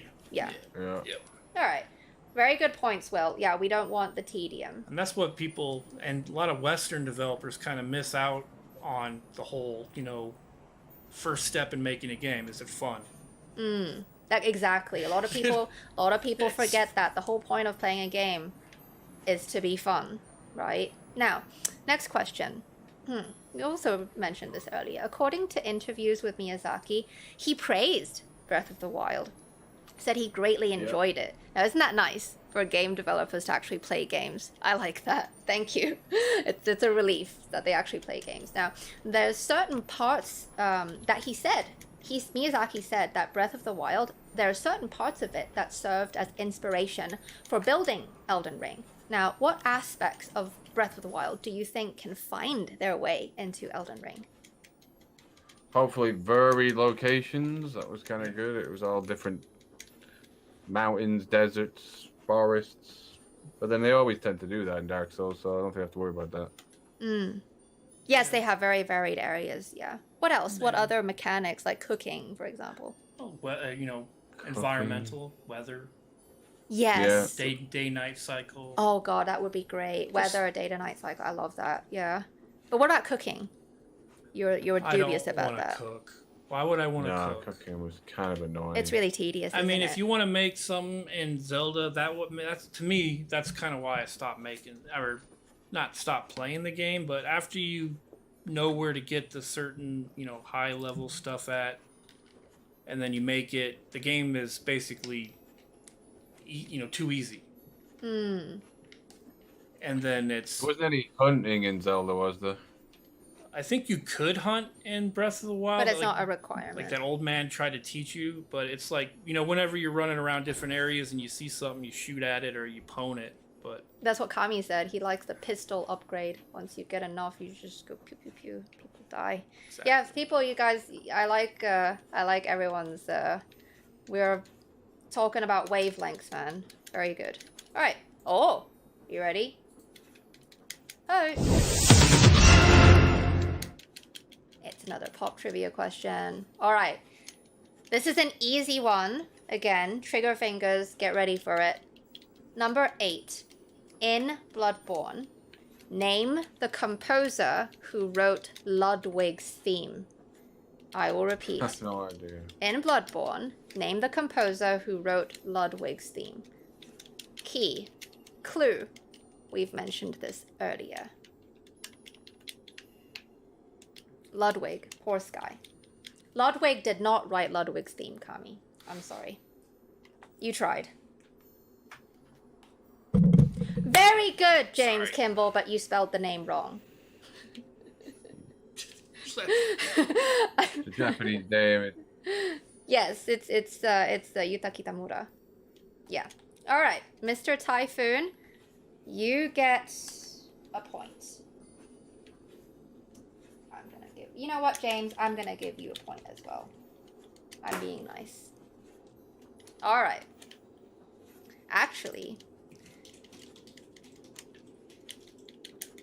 All right. You guys ready? Let's continue. Let's draw from older FromSoft games, starting with Demon Souls. Now, we talked about this. You just talked about this. I love the world tendency feature. Would you like to see some variation of it in Elden Ring, where world events, environmental factors can implicate our overall health and how much damage we deal and receive? And that we have control over this. You know, for example, in Demon Souls, you can accomplish this by either beating bosses, red phantoms, to improve your world tendency, or you can intentionally die to blacken it. Would you like to see something like this in Elden Ring without straight recycling this feature? You just said you earlier mentioned it. They can't see you. Yeah, I would. Yeah? Well, how can this, how can your world impact your health and how much damage you receive? Like, how do you want this integrated into the... By your choices. By choices. I mean, if there's like this whole, weird-ass FromSoft story going on, and if your character just decides to, like, kill everyone, then maybe that creates the Red Moon scenario where everyone's out to get you and does double damage to you, and this, that, or the other, instead of just like some random generated choice or something that really doesn't come from how you're playing the game. So you don't want any more of, I gotta keep jumping off a cliff 7 times in order to... Yeah, it's pretty pretty old seeing bloodstains everywhere from people jumping off a cliff or whatever. That's pretty much what everyone else is saying. Lyron, come on, we've done it before, dude. Sometimes you're just too fucking good in Demon Souls. Sometimes you just can't help it, but your world is just white and you don't want it. You want things, so you gotta blacken it. What can I say? You commit Sudoku. All right, let's continue. In the first released edition of Dark Souls, I'm sure some of you have played it. I believe it's the Prepare to Die edition. Now, if I'm tripping, please feel free to correct me on this. We used to have to heal our cooperators with our own Estus Flask. Do you want to see the return of this feature? No. If it involves PvP, yeah. Harder. If it involves PvP, yes? Yeah. But you want the game to be harder, Throthgar, so... Yeah, harder is in the bosses being, like, hard to defeat, so we need to do a guide to show you. But not hard for you to play when you're co-oping. No. That's when I've chickened out. Okay, well, I personally would. I think it would be cool. I think it's a nice sort of sacrifice. Yeah. We'll continue with the next question then. No, so on a similar level, notes rather, to healing our cooperators with our own healing items, would you like to be able to revive your cooperators. And it's a very common feature in online multiplayer games. You just don't have it in FromSoft games. Now, but there is, of course, there's a thrill of co-oping in SoulsBorne. There's the fact that your friends can die, and then you're stuck with a boss that's scaled to have twice the health than if you went in solo. So if you do want this revival feature, would you like it to have limitations, you know, for it to be a pretty major sacrifice, or do you want it at all? Do you want to be able to revive your cooperators? Yeah. Yeah, that could be cool. You think so? Especially when you have some fucking idiot who just low-level moron that turns up and doesn't know what he's doing and ruins it. Well then, but the thing is, like, so do you think that it should be, you know, fairly easy to do this? You can do this anytime you want, and you can do it however many times you want. Or do you want it to be, you know, you can only do it once, or you gotta have a special item in order to do it? No, you want it. Yeah, probably only a certain amount of times, probably. It might be too easy. Okay. All right then. What do you guys think? Revival with consequences of sorts. Yeah. Okay. Are you guys ready? Oh no, I forgot to turn the thing off. It's another pop trivia question. All right. Now this is, I'm gonna tell you guys, you're gonna have to type a lot of names in here if you can think of them. Please remember to consolidate all your answers into one comment. Please don't list them in separate comments, because it's not fair to other people who are participating in trivia. And it's a real fuckfest for me to read through them. Now, question number 9. In Dark Souls 2, Scholar of the First Sin, name as many female bosses as possible. One more time. In Dark Souls 2, Scholar of the First Sin, name as many female bosses as possible. Half the time you don't know who's female. Suddenly some guy and they go, "That's a woman." It's like, what? I know. I remember. I'm not going to name who it was, but I do remember the very first time you came across this one, and you were like, "There's no way that she could be a female, you know, male or superior, according to Throthgar."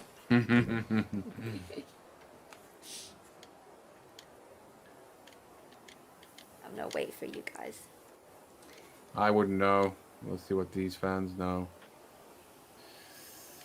There's actually a lot. There's a lot of female bosses.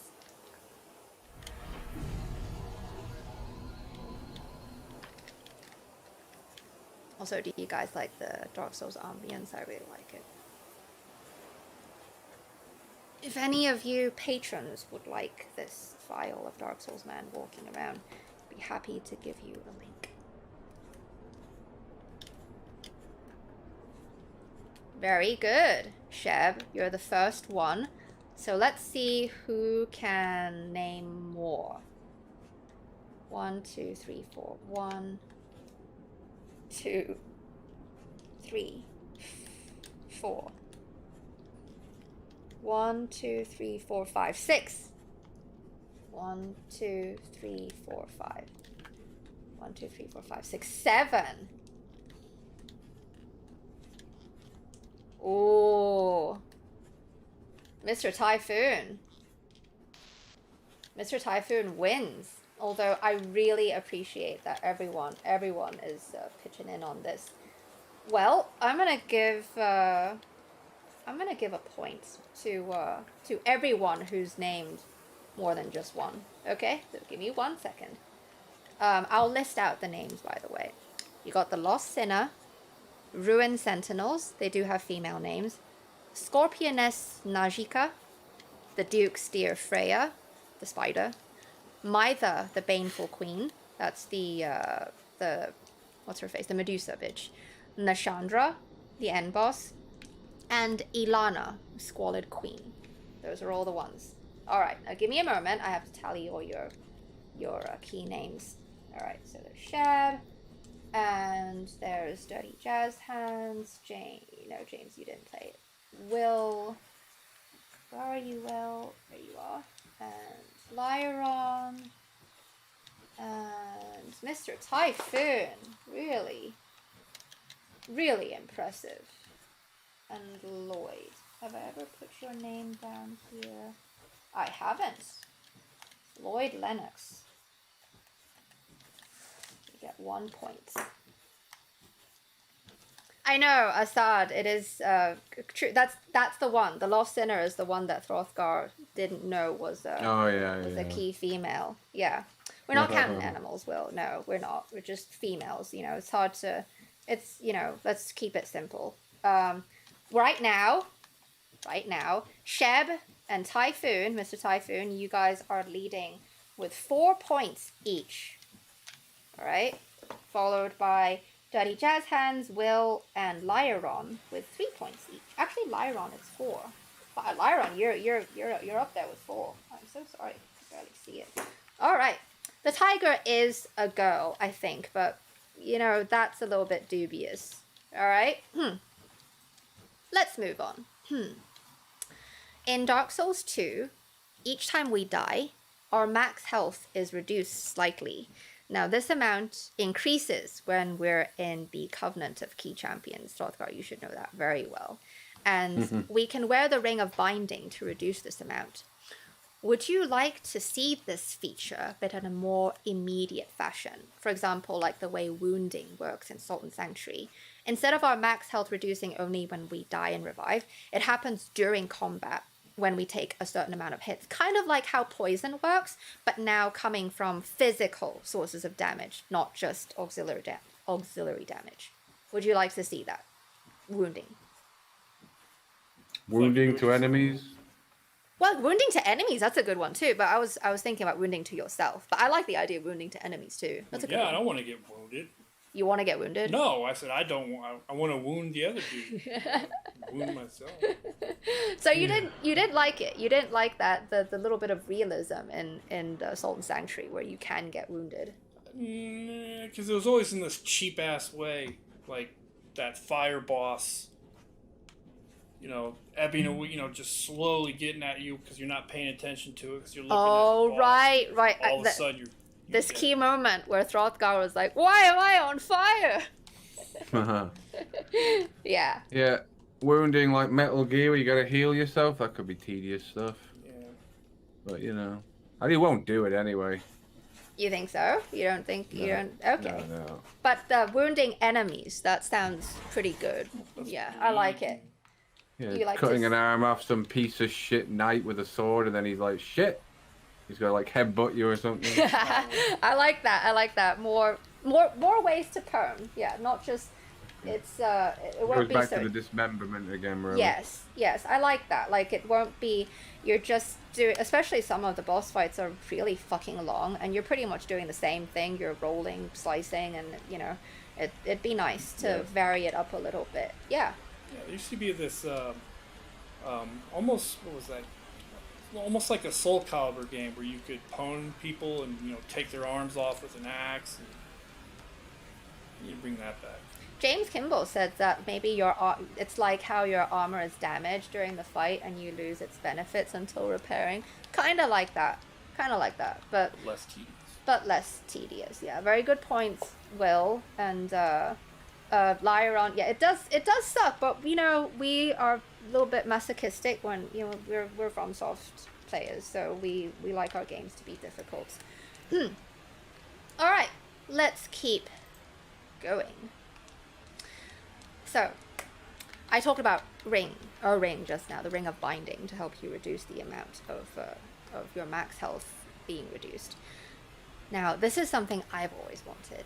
Would you like to, it's very superficial, but would you like to be able to see the rings that our player character wears on their hands?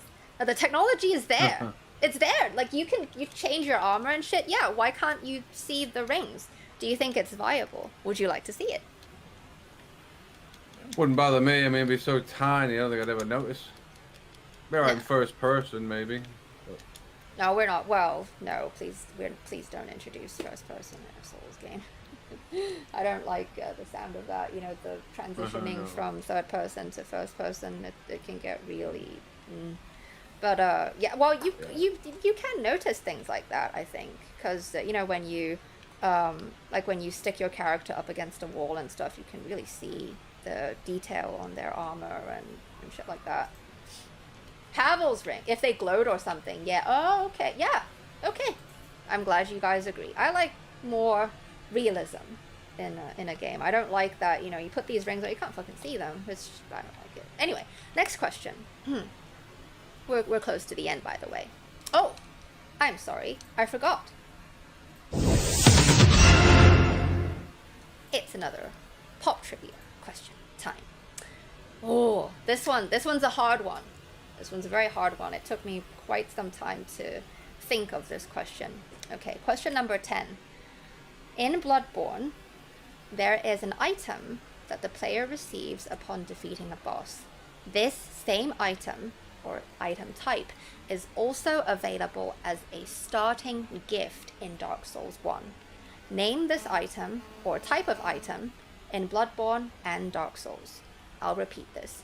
In Bloodborne, when you defeat a boss, you will receive an item. This item is also available as a starting gift in Dark Souls 1. Name this item or type of item in Bloodborne and Dark Souls.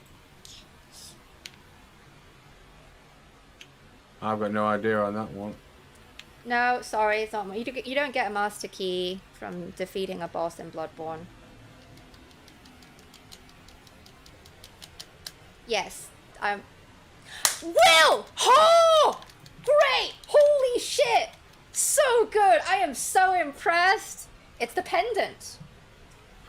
You get a pendant from killing Vicar Amelia, and it's also a starting gift in DS1. Ah, very good, Will. Mr. Typhoon, as I want to root for you, but you know you're leading with 4 points, so yeah. Gildado Rivas Valles. Thank you so much for joining the stream. Yes, it is the pendant. It is. But unfortunately, you joined really late. Okay, let's keep going. I'm really happy you guys are enjoying the trivia. I hope you're enjoying the trivia. Okay, now, of all the features that FromSoft has ever introduced, I think Remnants in Sekiro is, in my opinion, that, you know, at immediate glance, it seems to be non-essential and kind of game-breaking. I think it's kind of stupid. Now, I know a lot of us, we prefer to turn network features off in Sekiro so we don't have to be distracted by all those glowing purple messages. On the other hand, when you look deeper, it's easy to see that this is a testbed that will likely find its way into Elden Ring. How do you think this feature of watching a video message as opposed to a written one can be implemented effectively? This is for the new feature. Are they saying that's going to be in it, or are we saying what if it's gonna? Well, there's gonna be a thing. It's a group password feature. Have you heard about that? No, I haven't heard about it. The group password feature is it's like in DS3 and Bloodborne, and DS1 as well. DS1 Remastered. You can create a password, and you and your friends can co-op, can play together. On DS2, you gotta wear a ring. Now, the new feature now, this group password feature, is those of you who share the same password, you guys will only see each other's tracking throughout the game. Their blood stains, the messages they leave, etc. You're not going to see anyone else's. You're only going to see your friends' shit lying around in the world. Oh, right. Right. That's awesome. So, do you like that? Like, do you think that the remnants in Sekiro can find their way into the game using this feature? I don't know. I never used to use that. this stuff on the ground that much, so I don't know. No, I see you use it. I see you use bloodstains. See how some idiot died. Oh yeah, it's just I'm laughing some idiot. The secret messages with the key advice. Right, you said it's about hints about doing something, for example. Yeah. Go tell us. Well, I mean, yeah, the hints. I mean, sometimes it works, sometimes it doesn't. What is that mailman game? What's a mailman game? Kojima's game. Oh, Oh, Death Stranding. Death Death Stranding. Stranding. You know, can it work, or is it just tedious as hell and people are gonna troll? Well, you People said troll. that, like, for example, that, you got group feature too, the group password feature. Well, that's awesome. But Because see, then, you know, what I'm talking about, see, you forgot what we were talking about, is that, like, let's say you come to the edge of a cliff, for instance, and you're stuck. You don't know how you should proceed. There's a message there, right there. That's a video that shows you what you can do. That was the example you gave me. That's what you wanted. a video. Yeah, a video message, like how remnants work in Sekiro. Oh, watching some guy do. Yeah, watching someone do it. Yeah. Yeah, I mean, if they got that. Do you think there's any other way that this can be implemented other than just trying to figure some shit out, like secrets? Horse butt hole. I mean, that's all you're gonna see. So I don't know. Hi Izzy. Hi Izzy. All right, we're actually at the last question now. You talked about this earlier. It's actually one of the first things you talked about because of the question that I asked. As a gaming channel, now. Thank you for the sub, SoulsBorne Junkie. Many thanks. Hope you enjoy the stream right now. I don't know if you're watching the stream. Now, to Throthgar, as a gaming channel, you're known for putting out content very quickly. Your cheese guides for Sekiro bosses, they're a great example. Now, this means time. Time is a major factor.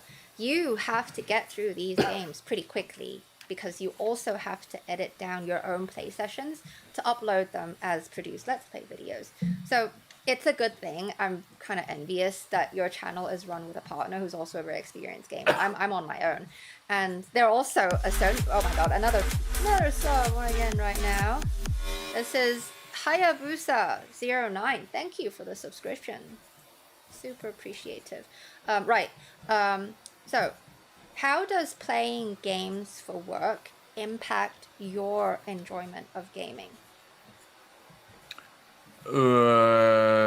Kind of wrecks it a bit because you're forced to play stuff that's popular. Like I want to play Yakuza Kiwami on the channel, but no one's gonna watch. I'm gonna So watch. I'm playing Dark Souls. Yeah, some people will watch, but not enough people to warrant bothering. So sometimes you're forced to play games you're maybe not that into, or playing a game you like again, like Dark Souls, which starts to make you dislike it. So it can be fun when it's a game you love and then everyone's loving it, like when Dark Souls first comes out. But Right. Well, it's just, Elden Ring's coming out. Does this affect your anticipation for a game? Or do you kind of dread the workload that's to come? Or do you actually like, whoa, it's harvest season. Fuck, we're going to have more growth spurt for the channel. yeah, it probably would bug me the workload if it had just been busy, but it's been quiet for ages, so I'd be glad of the fucking popularity of it now. Yeah, So I welcome it at the minute. For myself, I'm a little bit worried because I like to play through a game slowly, like especially if I know that I'm gonna enjoy Elden Ring. I don't want to rush through things, and I want to, probably create a jack of all trades character just so you guys can see what a guy can do. I'm okay, I'm backtracking a little bit. I make guides, and they're different from your cheese guides. And these guides are very, very time consuming to make, and it takes me a while to even get to that point in the game where I can make them. And another thing is, that's the time factor, is when I'm playing a game, on my own, I have more time to read things, absorb things. Whereas when you're playing live, I mean, don't you agree? When you're playing live, you kind of have to keep moving ever forwarder just so people are entertained. And I'm kind of forced to ignore some things that I kind of really want to pay attention to. So that's what I'm worried about. That's my experience right now with Salt and Sanctuary. I'm playing Salt and Sanctuary right now. And I love the game. I really love it, but there's a lot of shit to read, the stats and stuff. I just don't have the time for it. If it wasn't for Quendra guiding me, he platinumed the game. I wouldn't know what the fuck I'm doing. So it hampered my enjoyment a little bit. Yeah, I'm worried about it a little bit. So it's the time factor really, it's a lot of pressure. Yeah. Yeah, so when you're playing multiple games at once, that's even worse. I don't know how you do it. I can only play like 2, at most 3 different games throughout the week. How many do you usually go with? I'm playing about 5 games on Patreon at the minute, something stupid. What's the stupid one? No, I mean just something stupid number like that. Ah, okay. Well, you're a fucking pro. You've been doing this for so long. Yeah, I was worse at it at the beginning. The more you do it, the more you get the hang of it. I really admire how quickly you edit down your Let's Plays. Like, you just do it right the fuck away. It's really impressive. Is that the key? Yeah, I can do it really fast. Is it to do it right away? As soon as the moment you're done playing it, just fucking edit it. Is that the quickest way instead of letting it sit? Well, pretty much, and then also I can just do it quick because of the amount of time I've practiced now. I don't even tend to watch it back. I'll just skip through where I see audio peaks to see if I said anything right, stupid. to yell. Yeah, I do that too. Yeah. And then and then just make sure there's no big gaps of silence. Just cut that out. And what do you do? How do you choose your music? I've got shitloads of old game music on iTunes playlists, and I'm struggling at the minute to find stuff people haven't heard a million times now.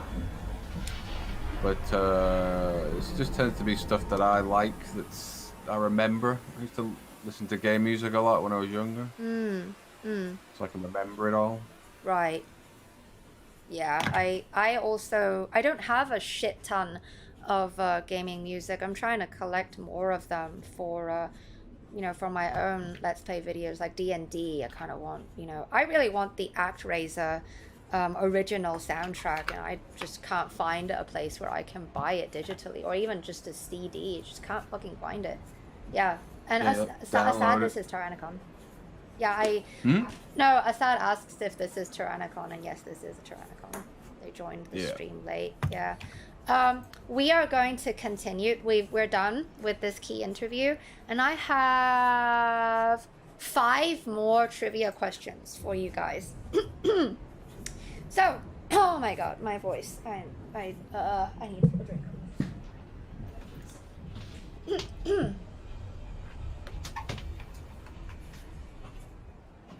Snag that over this one. My throat. All right. I'll play this one more time. It's 5 more trivia questions. Are you guys ready? Okay, question number 11. This is a quick one. It's just one thing, so hopefully you guys know it and can make key use of those trigger fingers. Across the Souls titled series, including Demon Souls, so Demon Souls, Dark Souls 1, 2, and 3, what singular physical damage type are most enemies and bosses weak to? Across the Souls titled series, including Demon Souls, what singular physical damage type are most enemies and bosses weak to? Now, there's all sorts of physical damage types. I'm going to name one. That's not it. Pierce, and so forth. Very good! Who said it first? Sheb! Very good! You remembered my tutoring. I was the one who told you about that. Very good. Oh, Lyron said crush. Lyron said crush, but you don't call it crush, though. I'm very sorry. Smash. Yeah. And no, Izzy and Hayabusa, bleed and lightning, lightning is an elementary damage, and bleed is an auxiliary damage, just like poison. Yeah. Yeah. All right, let's continue. Question number 12. This is you're going to have to list steps, okay? Be prepared. In Dark Souls 2, list the steps for acquiring the Moonlight Greatsword. In Dark Souls 2, list the steps for acquiring the Moonlight Greatsword, the real one. Tedium. Slobs.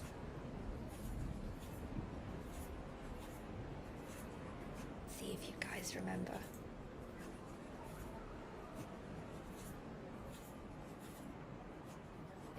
It's pretty obscure, actually.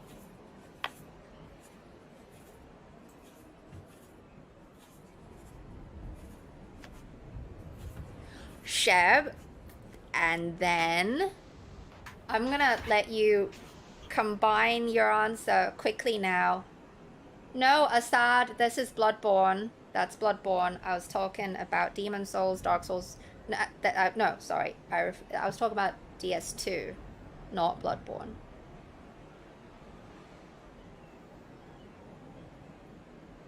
Will, that is correct. You do trade a boss soul with Orniflex. That is true.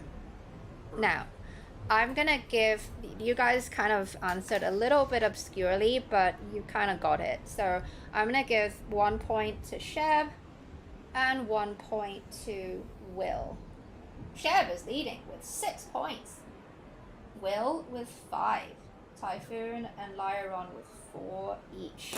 Now, the way you do this is you have to get the old Pale Drake soul from the Duke's Dear Freya, that's Spidoid, in New Game Plus or higher. Now you can use Bonfire Ascetic at the lower Brightstone Cove so that you can respawn your boss. Now you gotta get the old Pale Drake soul, and then you trade it with the Weaponsmith Ornifex, the boss weapons guy, and with at the cost of 10,000 souls. That's how you get the true Moonlight Greatsword. All right. Mr. Typhoon, no, I'm totally fair. All right, next question. Question number 13. 3 more questions.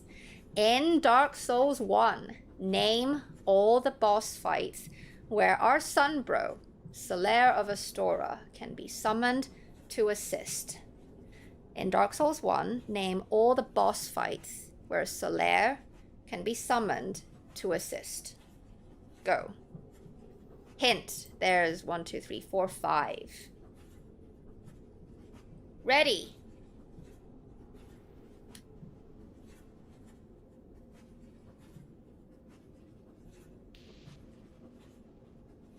That's pretty good. Dirty Jazz Hands, that's 2. I did say 5. Gildado, very good.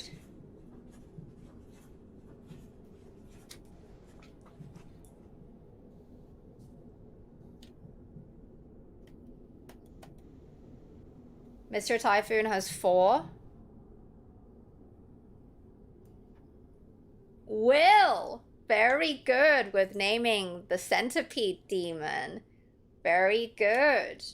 Good. 1, 2, 3, 4, 5. At what? 1, 2, 3, 4, 5. Will is the one that named all 5 of them. But Mr. Typhoon, you answered first with 4. So I'm gonna give you a point as well. Avi, very good. Lyron, very good, guys. Very good. Yeah. I'm gonna continue. Okay. Question number 14. In which FromSoft games can you acquire more than one type of torch, and what are they named? One more time. In which FromSoft games can you acquire more than one type of torch, and what are they named? There's 2 games.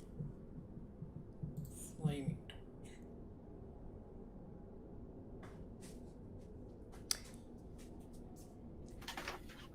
I should rephrase. There's 2 games where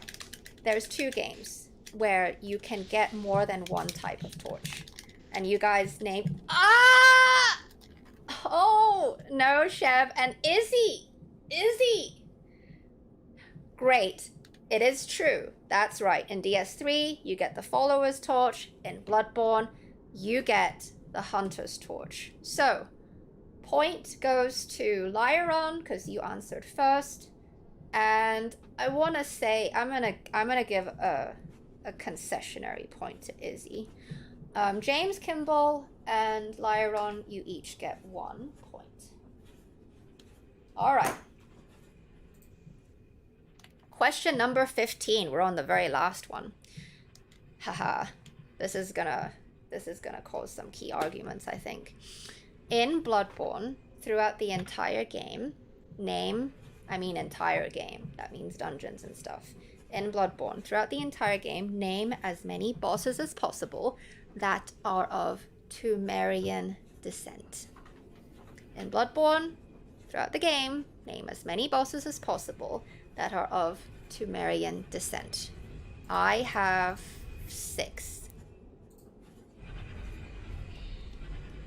Yeah, Lyron, you getting ready to fight. Yeah, Sheb, it's just torches. There's 6 bosses that are of Tumerian descent in Bloodborne. I gave you a key hint.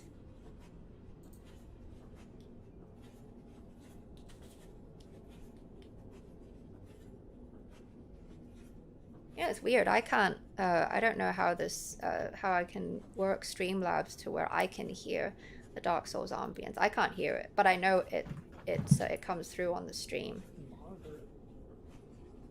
Oh, I can't monitor it. But I see the spikes going here in Streamlabs. I just can't hear it. Tumerian descent, yes. Or just Tumerian. Tumerian. You alright with me heading off then, Katie, now? Well, This key stream. I have a last bit of thank you and closing out to do. So just a moment. I'm gonna hang in there for just 1 moment. James Kimball, you are correct. And sorry, Lupus, there's no cost.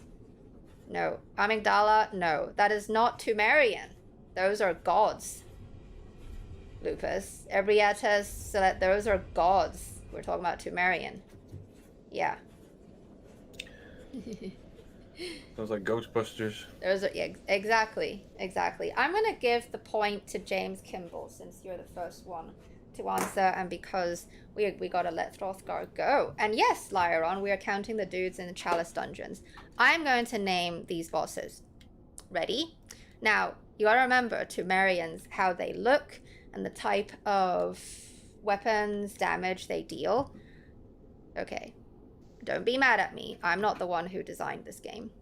Shadow of Yharnam, Martyr Logarius, Keeper of the Old Lords, Tumerian Descendant, Tumerian Elder, and Yharnam, the Tumerian Queen. Those are the bosses. Alright, now we're going to close this out.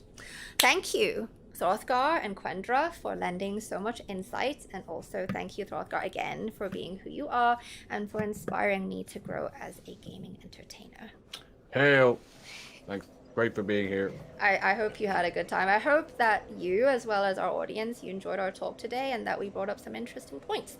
If you are new here, if you'd like to be a key part of the realm, please consider joining our Discord server. The link to join is in the description of this video, as well as on the banner of the channel page. And it's also a way to get in touch with us for winning the prizes for trivia. I'll give you information in the description after the stream is over. And I'd also like to give, let me put this thing on. Where is it? There. I'd like to give massive thanks to patrons. Big love, without whom none of anything we've been doing so far on the channel could have been possible. The growth of the channel and the production of content, it's a collective communal effort for me, and I'm grateful for everything, whether it's stream donations or Patreon pledges or your direct involvement in produced videos, or even as a silent viewer. Thank you for being here and for joining us today. From all of us here, we wish you a splendid rest of your day or night, wherever you are. I'll see you on Discord and on the next stream. Thank you again, Throthgar, for being here. Hey. No problem. See you later. Bye! See you later. Bye.